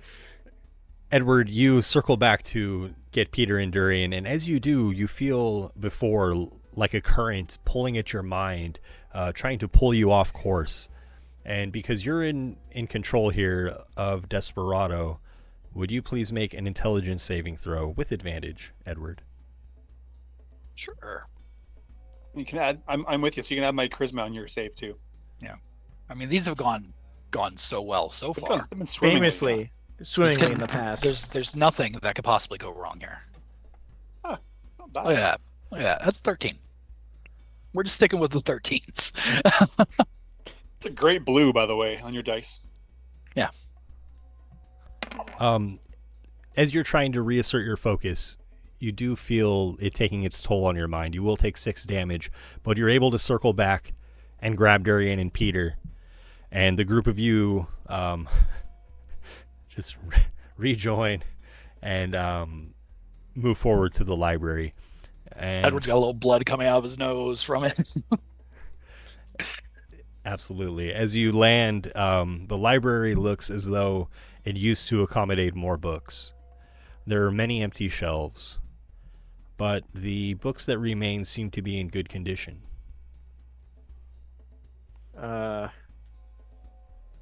Edward, he'll like sort of come down slow enough that each one can like put their feet down and let go, one at a time. And then the second that Edward's toe hits the ground, he makes a dash for the digging around for the book he needs. They're called it's Echoes of Zymor Scales and Cure to Mortal Ailments. That's what they were called, the 2 books. That might be a secret bookshelf, maybe. I don't know. This is a dragon library. What was the name of the second book, Bodhi? I think it was called Cure to Mortal Ailments, but okay. I think maybe I filled that in from what I remember. I think that's right. It's probably close to that. Something like that, yeah. Edward, as you scour the shelves of the library, you don't immediately find these books. It's got to be like a secret bookshelf. Edward starts panicking a little bit. There was mention of a shelf that was kind of out of place, and that might be an area, right? So maybe I might help them search for that specific. Sniff for it or feel like a wind current or something. If there's wind in here at all. Desperado, make an investigation check for me, please. Awesome. Can I use guidance on that, Ben? Yes. Nice, I'll do that. Sweet. My investigation is awesome. Oh. Goodness. Oh. Yeah. That's not well done. Edward, can I use? I have a DM inspiration. Can I use that, or is it too late? You can use that. That's okay. Okay, cool. Let's try again.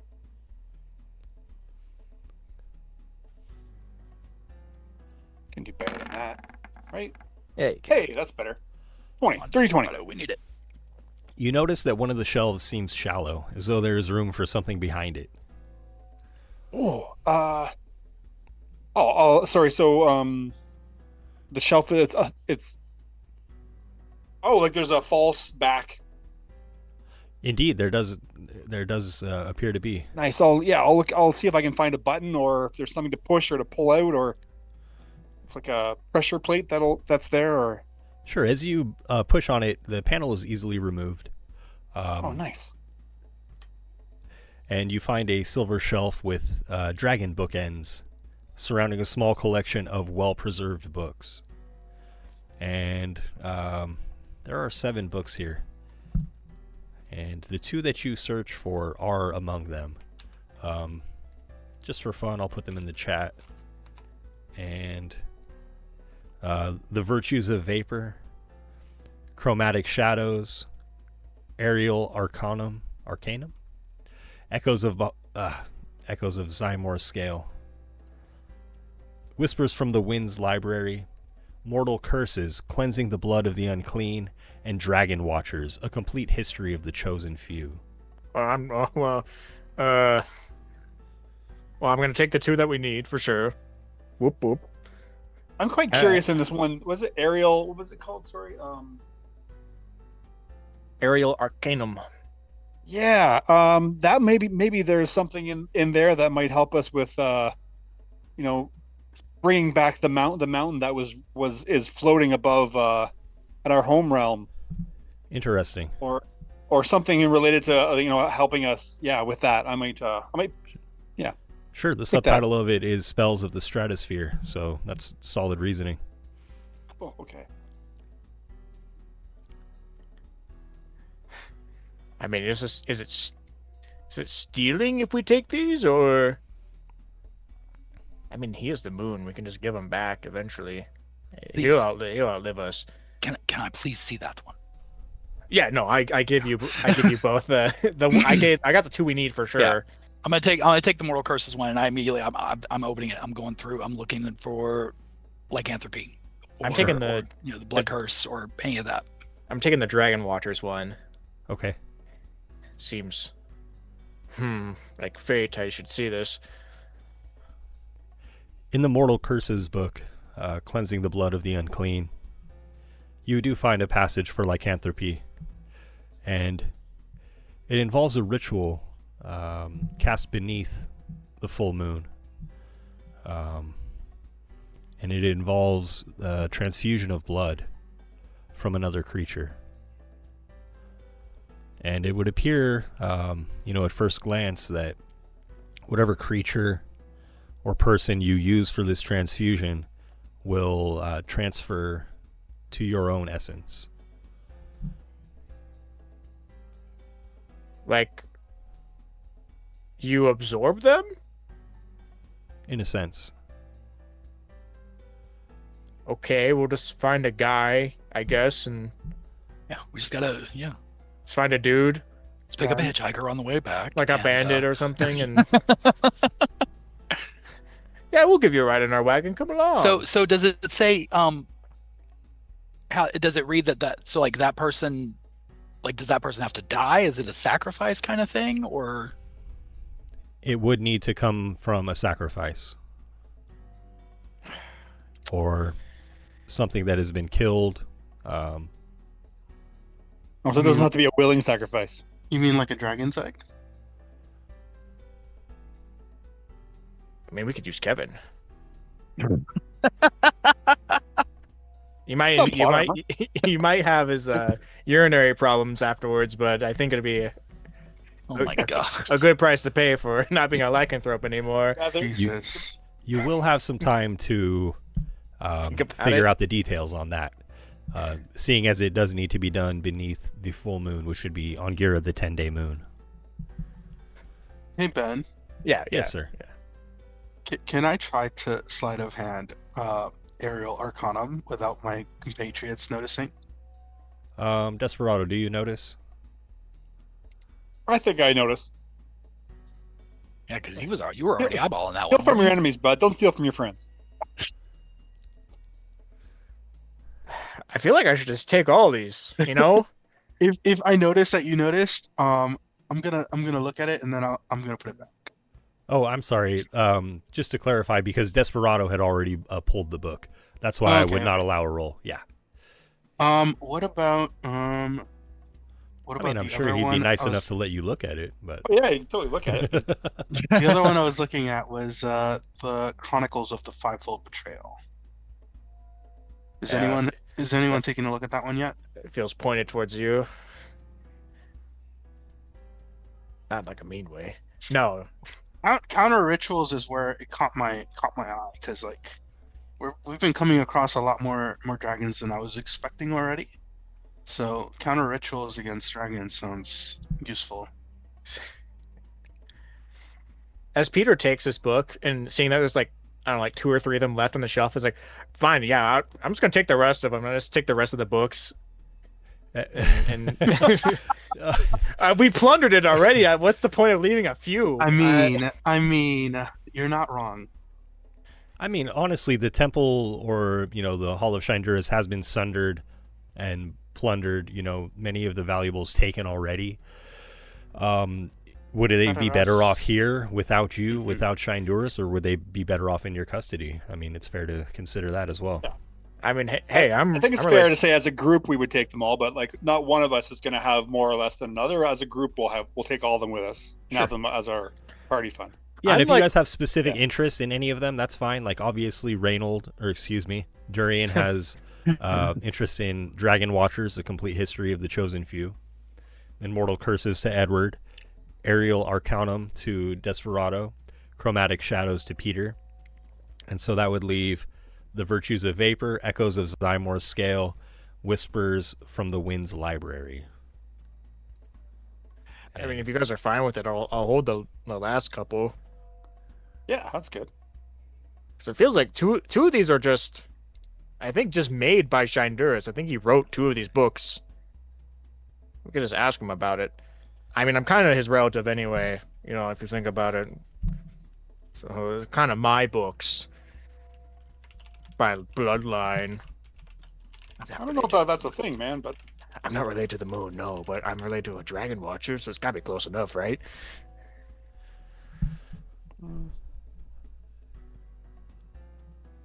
Yeah, Definitely I think we the just reasoning of an orc.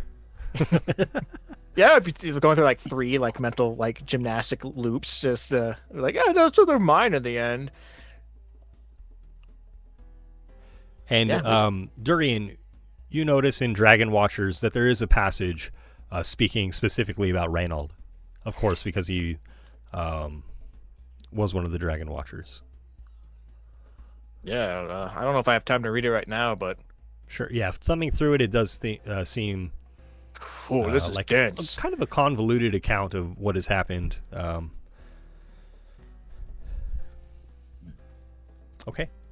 Yeah, we steal from this dragon's library, and I'm gonna go talk to him and say he can't live anymore, and move on.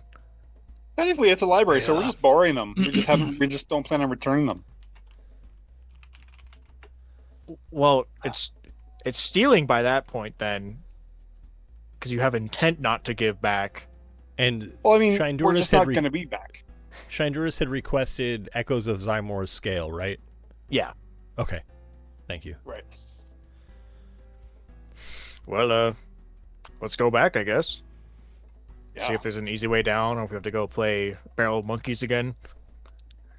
Keep your eye out for those dragon riders too. I don't know. They seem pretty confident. I mean, we can almost fully bounce now. We just gotta find a way out. Just saying. It's true.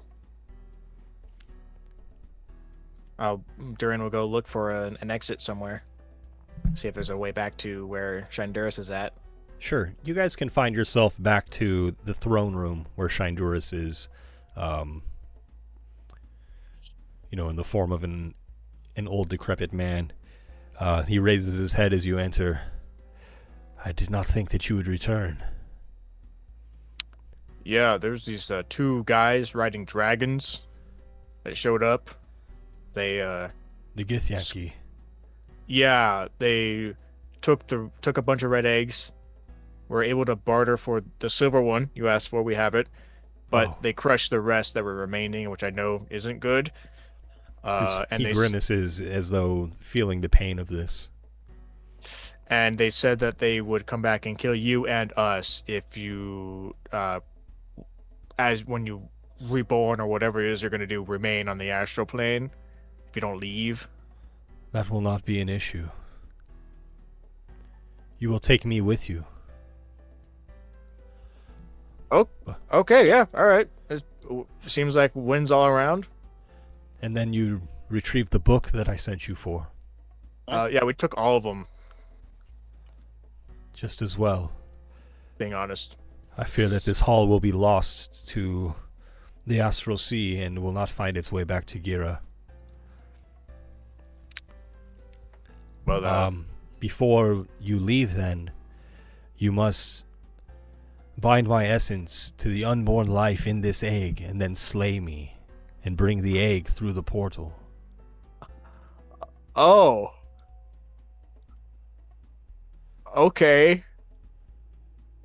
The only way that I can see forward. Do you have a request on who you want to kill you? Whoever will make it the quickest. Who wants to kill the moon? Just kind of looked at everybody. Well, don't sound so fitting that excited friend about Edward it. would do it, but Oh, that would be poetic, huh? Right. You're cursed to bear, my friend. You want to kill the moon?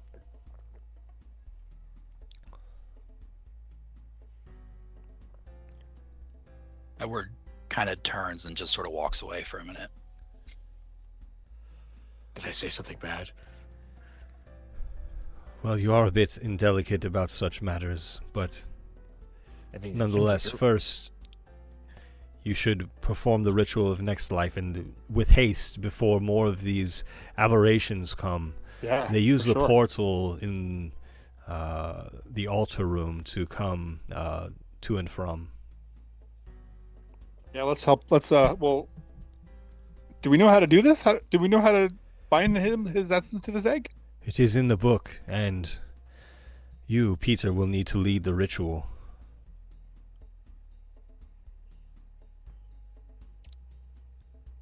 You have the knowledge of Arcana, do you not?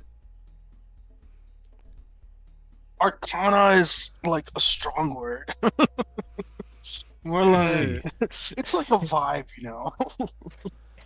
He kind of just feels it out, you know. Then none of you have skill with the written word of magic? No. None of us are studied. I'm feeling pretty lucky. And Desperado, you in fact do have the Arcana skill, though, right? No, No, I took religion. Oh gosh, I keep mixing. You keep that thinking up. as Okay. Arcana. I'm sorry. Okay. Don't be sorry. It's all good. Well, perhaps I'm wishing you're- I take it. I wish I had taken Arcana now, though, if that helps. Well, I'm It's come up sure a bunch. religion will come in handy, but nonetheless, Shindura says, your prowess over the arts will hopefully see us through this. I will aid you in the ritual. I'll give you guidance, Peter. Any luck, my lady will help you. I'll hold the book. I'll take all the luck and help I can get. And the ritual consists of essentially Shindura's being in close proximity to this egg, and the ritual will take about an hour to perform. And so to conduct the ritual, Peter, you have the aid of, or the guidance of Desperado, and you have Shindurus leading you through this. However, his magic is so weakened that he can't even escape from this throne room. So he'll essentially be aiding you and relying upon your Arcana check to perform this ritual. So let's give it a go. If you would please make an Arcana check as Shindurus, reads the words of the spell to you and kind of helps to compare them to certain rituals or spells, tricks that you already know yourself, so that you can channel your magic into this ritual. So I'm going to go ahead and use my last inspiration on this because I feel like it's pretty important. Okay. And let's see how this goes. Okay. With a D4. Wait, never mind, because I already have advantage, huh? Oh, you do already have advantage, yes. So never mind. I will keep that inspiration for later. Okay. So advantage.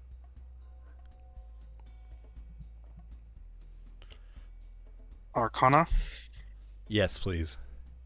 Guidance. And guidance, which is a 1d4. Yeah.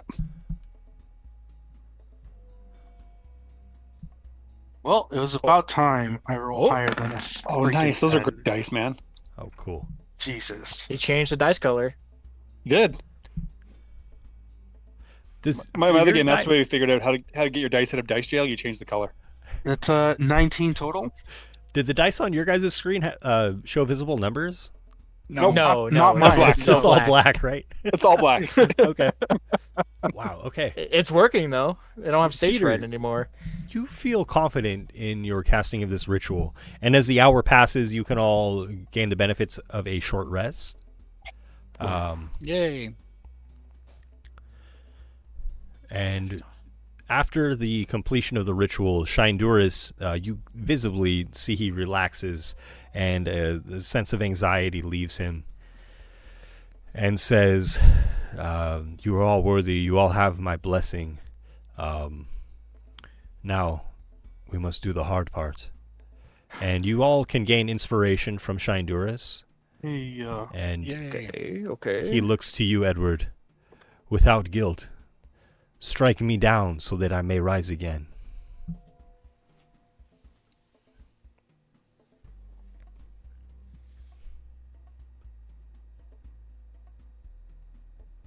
Edward's already shifted back into his human form because it's been a while if we've taken a short rest and everything. So he'll come over to him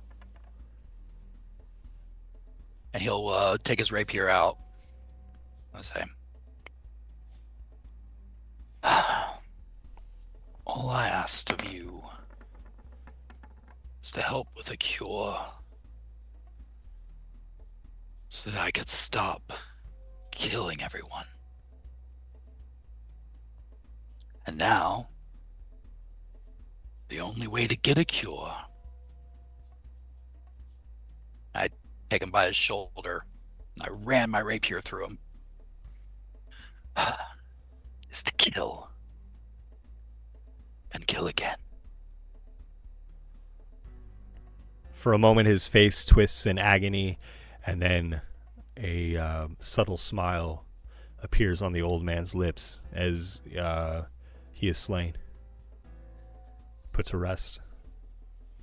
And when his body, after his body goes lifeless, I'll lay him down and resheath my rapier and be like, maybe on your next round you could explain to me what the hell I've accomplished. And Edward, when you are in your altered form, you will gain Strength of the Ancient Moon, and you can add a d6 to any attack that hits. Wow.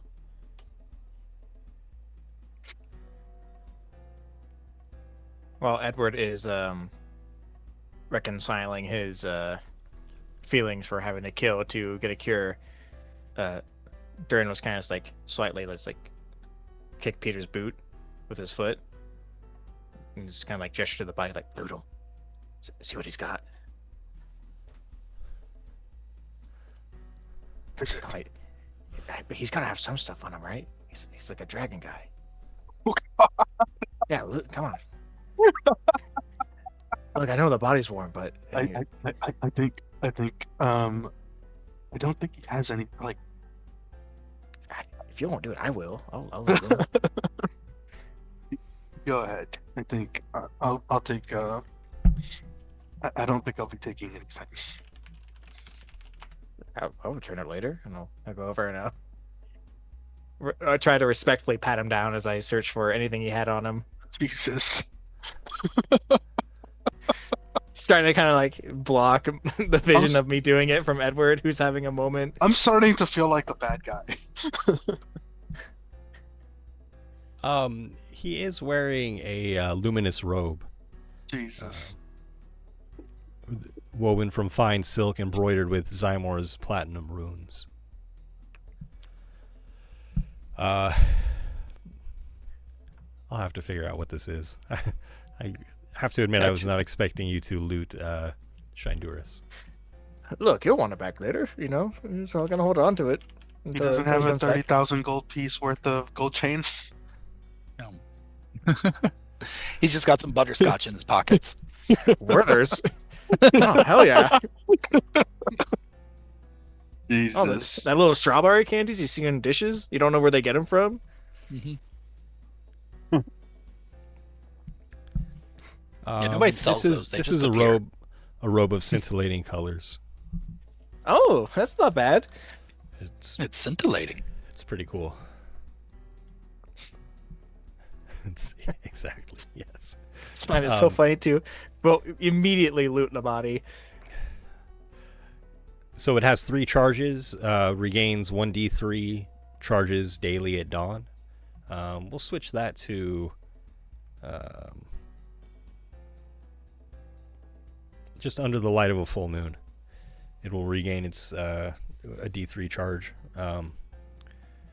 You can use an action to expend a charge to cause the garment to display a shifting pattern of dazzling hues until the end of your next turn. During this time, the robe sheds bright light in a 30-foot radius, dim light for an additional 30 feet. Characters that can see you have disadvantage on attack rolls against you. In addition, any creature in the bright light that can see you when the robe's power is activated must succeed on a DC 15 Wisdom saving throw or become stunned until the effect ends.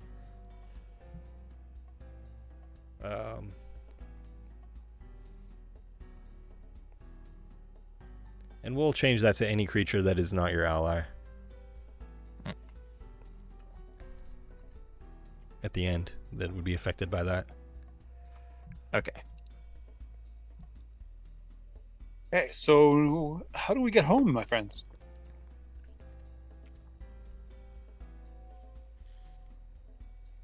Oh yeah, he was. He said there's a portal. Kind of thought he would. Huh. Well, there was that thing that showed us home earlier. We could just go to that. That's true. And you go to the tribute room.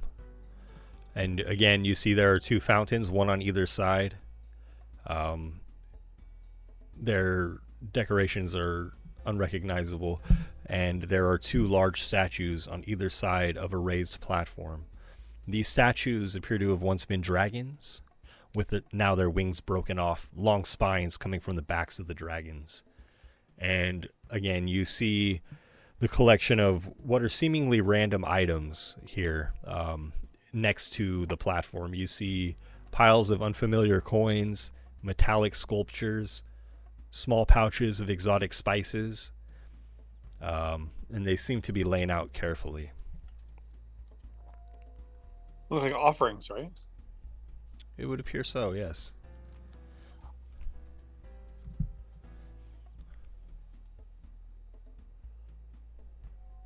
Remember, we interacted with this last session, I think successfully. Yeah, trying to remember what I did. We gave it some money, and then the statues kind of powered up briefly, and then it showed us what we were thinking of. Oh yeah, that's right. So I think if we tribute enough of money, that it will picture a fully portal home. activate. Yeah. Where do we want to go? The temple, I assume. I think so. Is it called Temple of the Binding Light? Is that what the? It's Temple of the Moon. Temple of the Moon. Like that. Yeah. Okay. Sure. I'll put a gold piece down. I'll see what happens. Just to be refreshed on how this portal sort of works. See if anything's different now that the guy who's running the place is dead. I'm sorry, what did you just say? What did you do? I put a gold piece on the tribute and kind of like the spiral sort of pattern. Where we put the other ones before.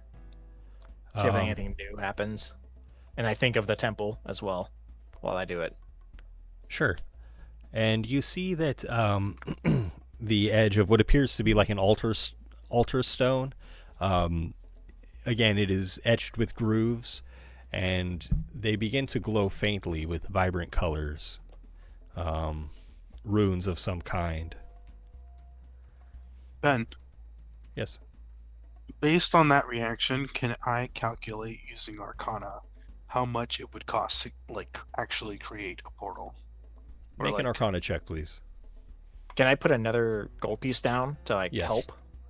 Okay. I'm just thinking for a second, guys. Is there anywhere else we would? Who knows? That's a 4. Who knows? It's hard to you say. have advantage. I'm helping you. Oh, I do? Okay. Yeah, I put another gold piece in just so you could see the refresher. Fair enough.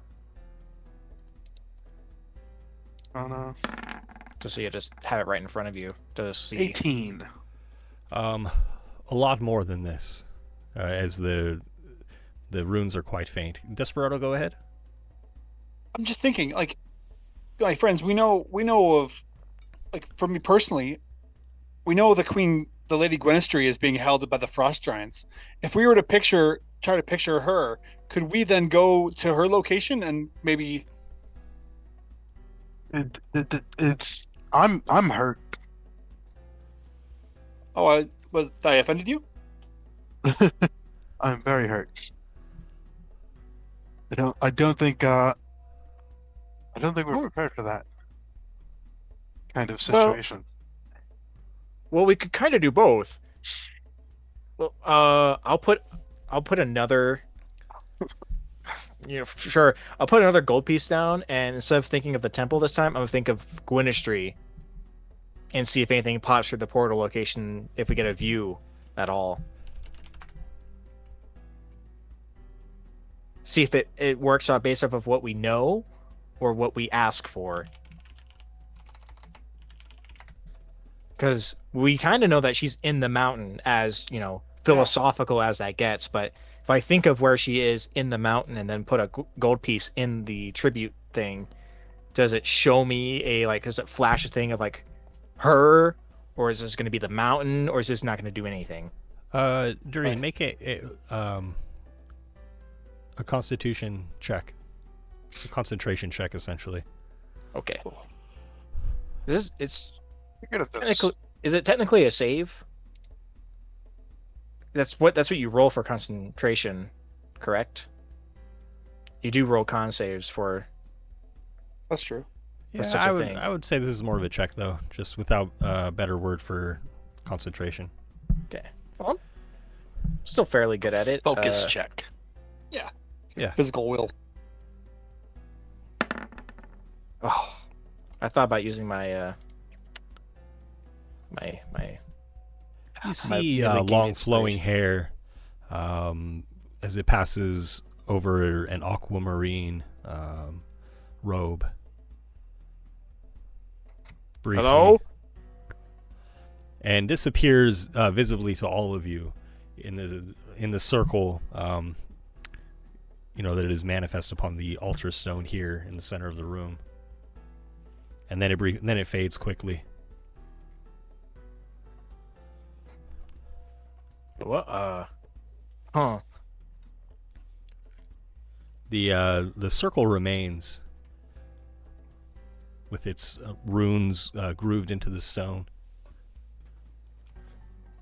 Not to slow us down even more game wise, but I do want to give it one more go around in a gold piece and see if it'll let me do it again, or if I just got one chance and I wasted it. The result does not change. You might assume that you need much more gold. A lot more. Peter, you're thinking somewhere in the range of 1,000 gold.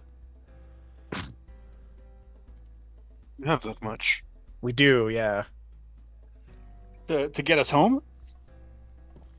I think so. What is it? Where is it that you want to go, my friends? Well, because I think we're divided in that. I was just trying to use this to see where she was, and I thought we would go to the temple and. We made a promise to the temple that we would return. Yeah. Yeah, I was just thinking I just wanted to see the boundaries of this tool that we have before us. And although if I it could agree provide with a you, glimpse like it did, Although I agree with you that the Fey Queen is dangerous and must be dealt with. And believe me, you have my full support in that regard. I don't think we're prepared. Don't confuse the Lady Jude with the Lady Gwynistry. The Lady Gwynistry is held captive by the frost giants, and as far as we know, I don't think we're prepared. No, that's okay. I just wanted to get a glimpse and see I think it will take more than just us to fight the giants. Yeah, no, but we were also. I just wanted confirmation of because we were never really fully, we've been told a lot of tricks and a lot of different things. So do I have like an idea of like how many it would take for just a vision of that area? Not a complete portal, Ben. Like what I was attempting, but clearer. You can experiment with this by adding more coins to it.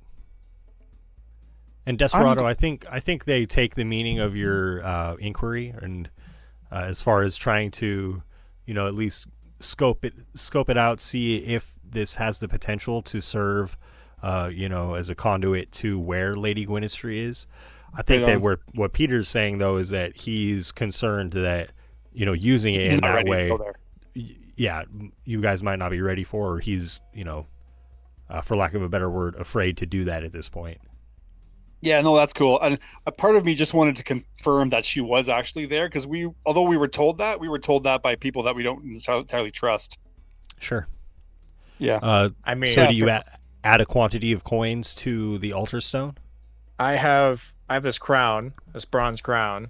It's worth about 250, and that's not enough to teleport us there. But maybe it's enough to let us see, and then after that we can chip in the money and go home. Because that's like a quarter of what we need to leave. I don't know. So if I'm sorry. What do you place on there? I have the crown that I stole from the dragon sword.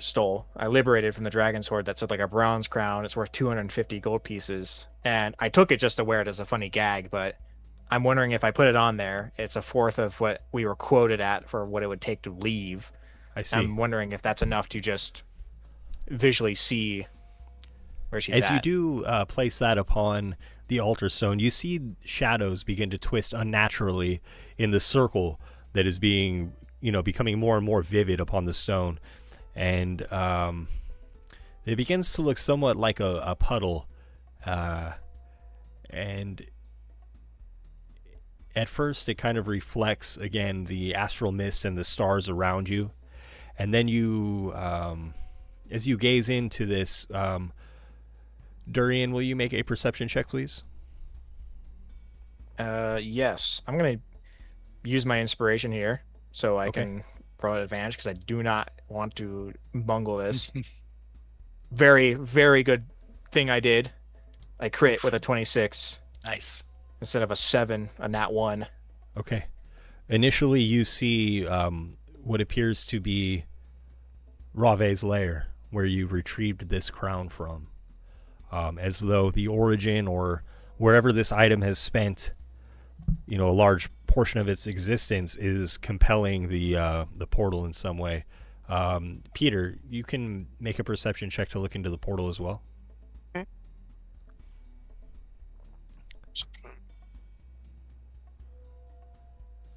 Can I help him by pointing out something? No. That's a 6. I quit. Okay, what do you wish to see through the portal? Me? Yes. What are you trying to focus on or trying to visualize, or are you merely gazing at what the image that has already been presented? I'm focused on if I can see in the background like any giants. I want to do like a quick head count. Okay. Nothing beyond the cave of Rave appears to materialize. Desperado, you look into the portal. What do you wish to see, or wish to observe through the portal? Yeah, I think I would like to get a sense of the Queen Grenistry, just to like that I might be able to at least glean some knowledge, some information that I might either use for ourselves or be able to share as we. I mean, part of my goal is to liberate her at some point in the near future. So anything, I mean, I'm sure that they're not expecting us to be able to scry in on them. So anything we can learn would be of a benefit to us, I think. Make a perception check, please. Nice. Come on. I'm going to use my my DM inspiration that you just gave us. Or that Shanduras just gave us, I should say. Come on. Where is it? Oh, sorry. Ignore the guidance on that, but that's one roll. Here's my other one. Okay. 6. And that's not much better. So it's just 9. Okay. Dice are mean tonight, guys. You see, again, the flowing hair of Gwynistry and her aquamarine robes, and just a brief glimpse of her face. And it appears her eyes are open and move subtly, so it would appear that she at least is not dead. Okay. Now, as the group of you are gazing through this portal, trying to see where it might lead to, trying to assess its power, you see suddenly a dark silhouette overtakes the puddle that is created here upon the ground. And this silhouette has large hunched shoulders, a girthy body, as though it were some large beast, and a long spined tail, and also spines and quills jut out of its shoulders. And it has the head, what you would recognize by now with your experience, the head and the neck of a dragon, as it begins to materialize on the other side of this portal. And it becomes more and more distinct, more vivid, this image, and suddenly a dragon's head bursts through the portal, and from its hunched shoulders are basically what appear to be the nubs, the stumps of wings that have been cut off. It pulls itself into the altar room with its forepaws, and it inhales deeply, drawing in its breath to release it upon the group of you. As this thing starts to grow and materialize on the other side of the portal, I thought maybe it was like a weird demon gonna show up and taunt Gwynistry or whatnot. And when it started to like claw its way through the portal, I want to take a red cap tooth that's worth 1,000 gold pieces, and like quickly place it on the altar and think of the temple and hope that it cuts it in half, or at least forces it out and we can get out quick and leave.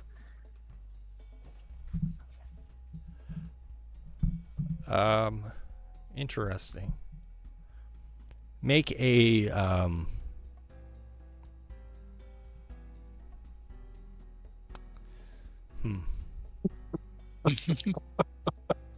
You didn't see this one coming up. I wanted to say it. I wanted to bring it up, but I didn't want to interrupt your description.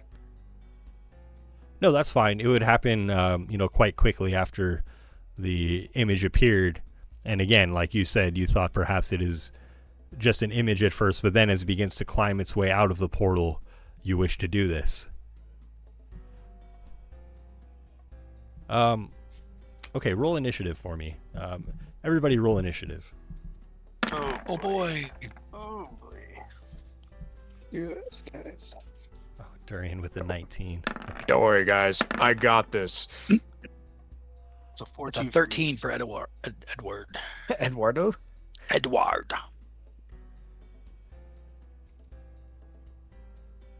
Let's see.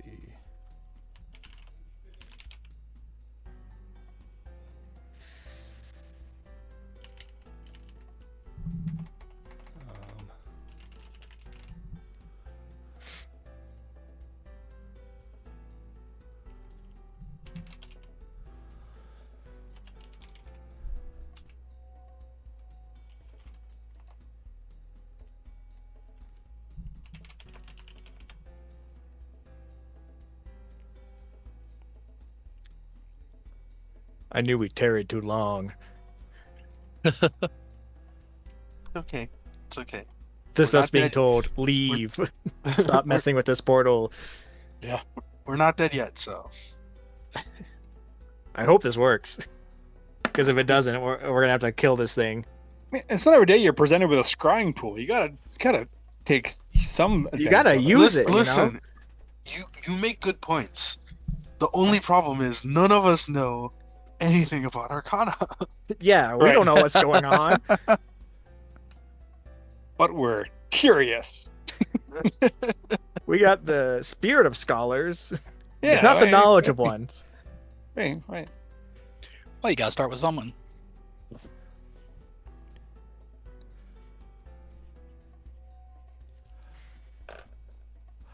Okay. Durian, I want to make opposed checks for this. Okay.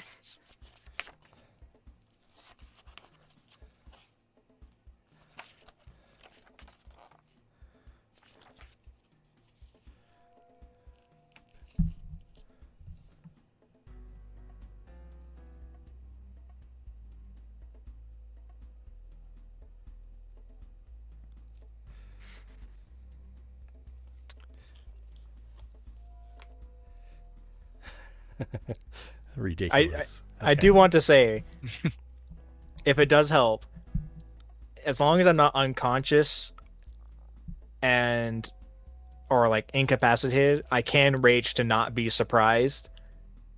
And I feel like that's kind of what happened here, where I felt the hackles on my neck and I'm like, oh no. And I tried to go on and cut this thing off.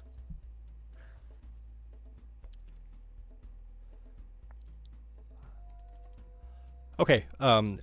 So we were using Constitution for controlling this portal. So let's make opposed checks here, please. We'll see what happens. Just con check? Yes. Beat a 17. I had a 4, so I need a what? A 14 at least. I tie. Okay. But what does that mean? And so the portal begins to shrink and constrict around this aberration of a dragon. And it seems stuck, confined to whatever realm or plane it is crawling its way out of. And this absolutely slows its progress, preventing it from climbing all the way through the portal. And that's where we're going to take a break for tonight. And we'll resume next week as this creature, this monstrosity, tries to crawl through the portal to end you all. Quick, someone check another 1,000 gold at it. So what did we learn today? Please, we have money. Oh jeez. What we learned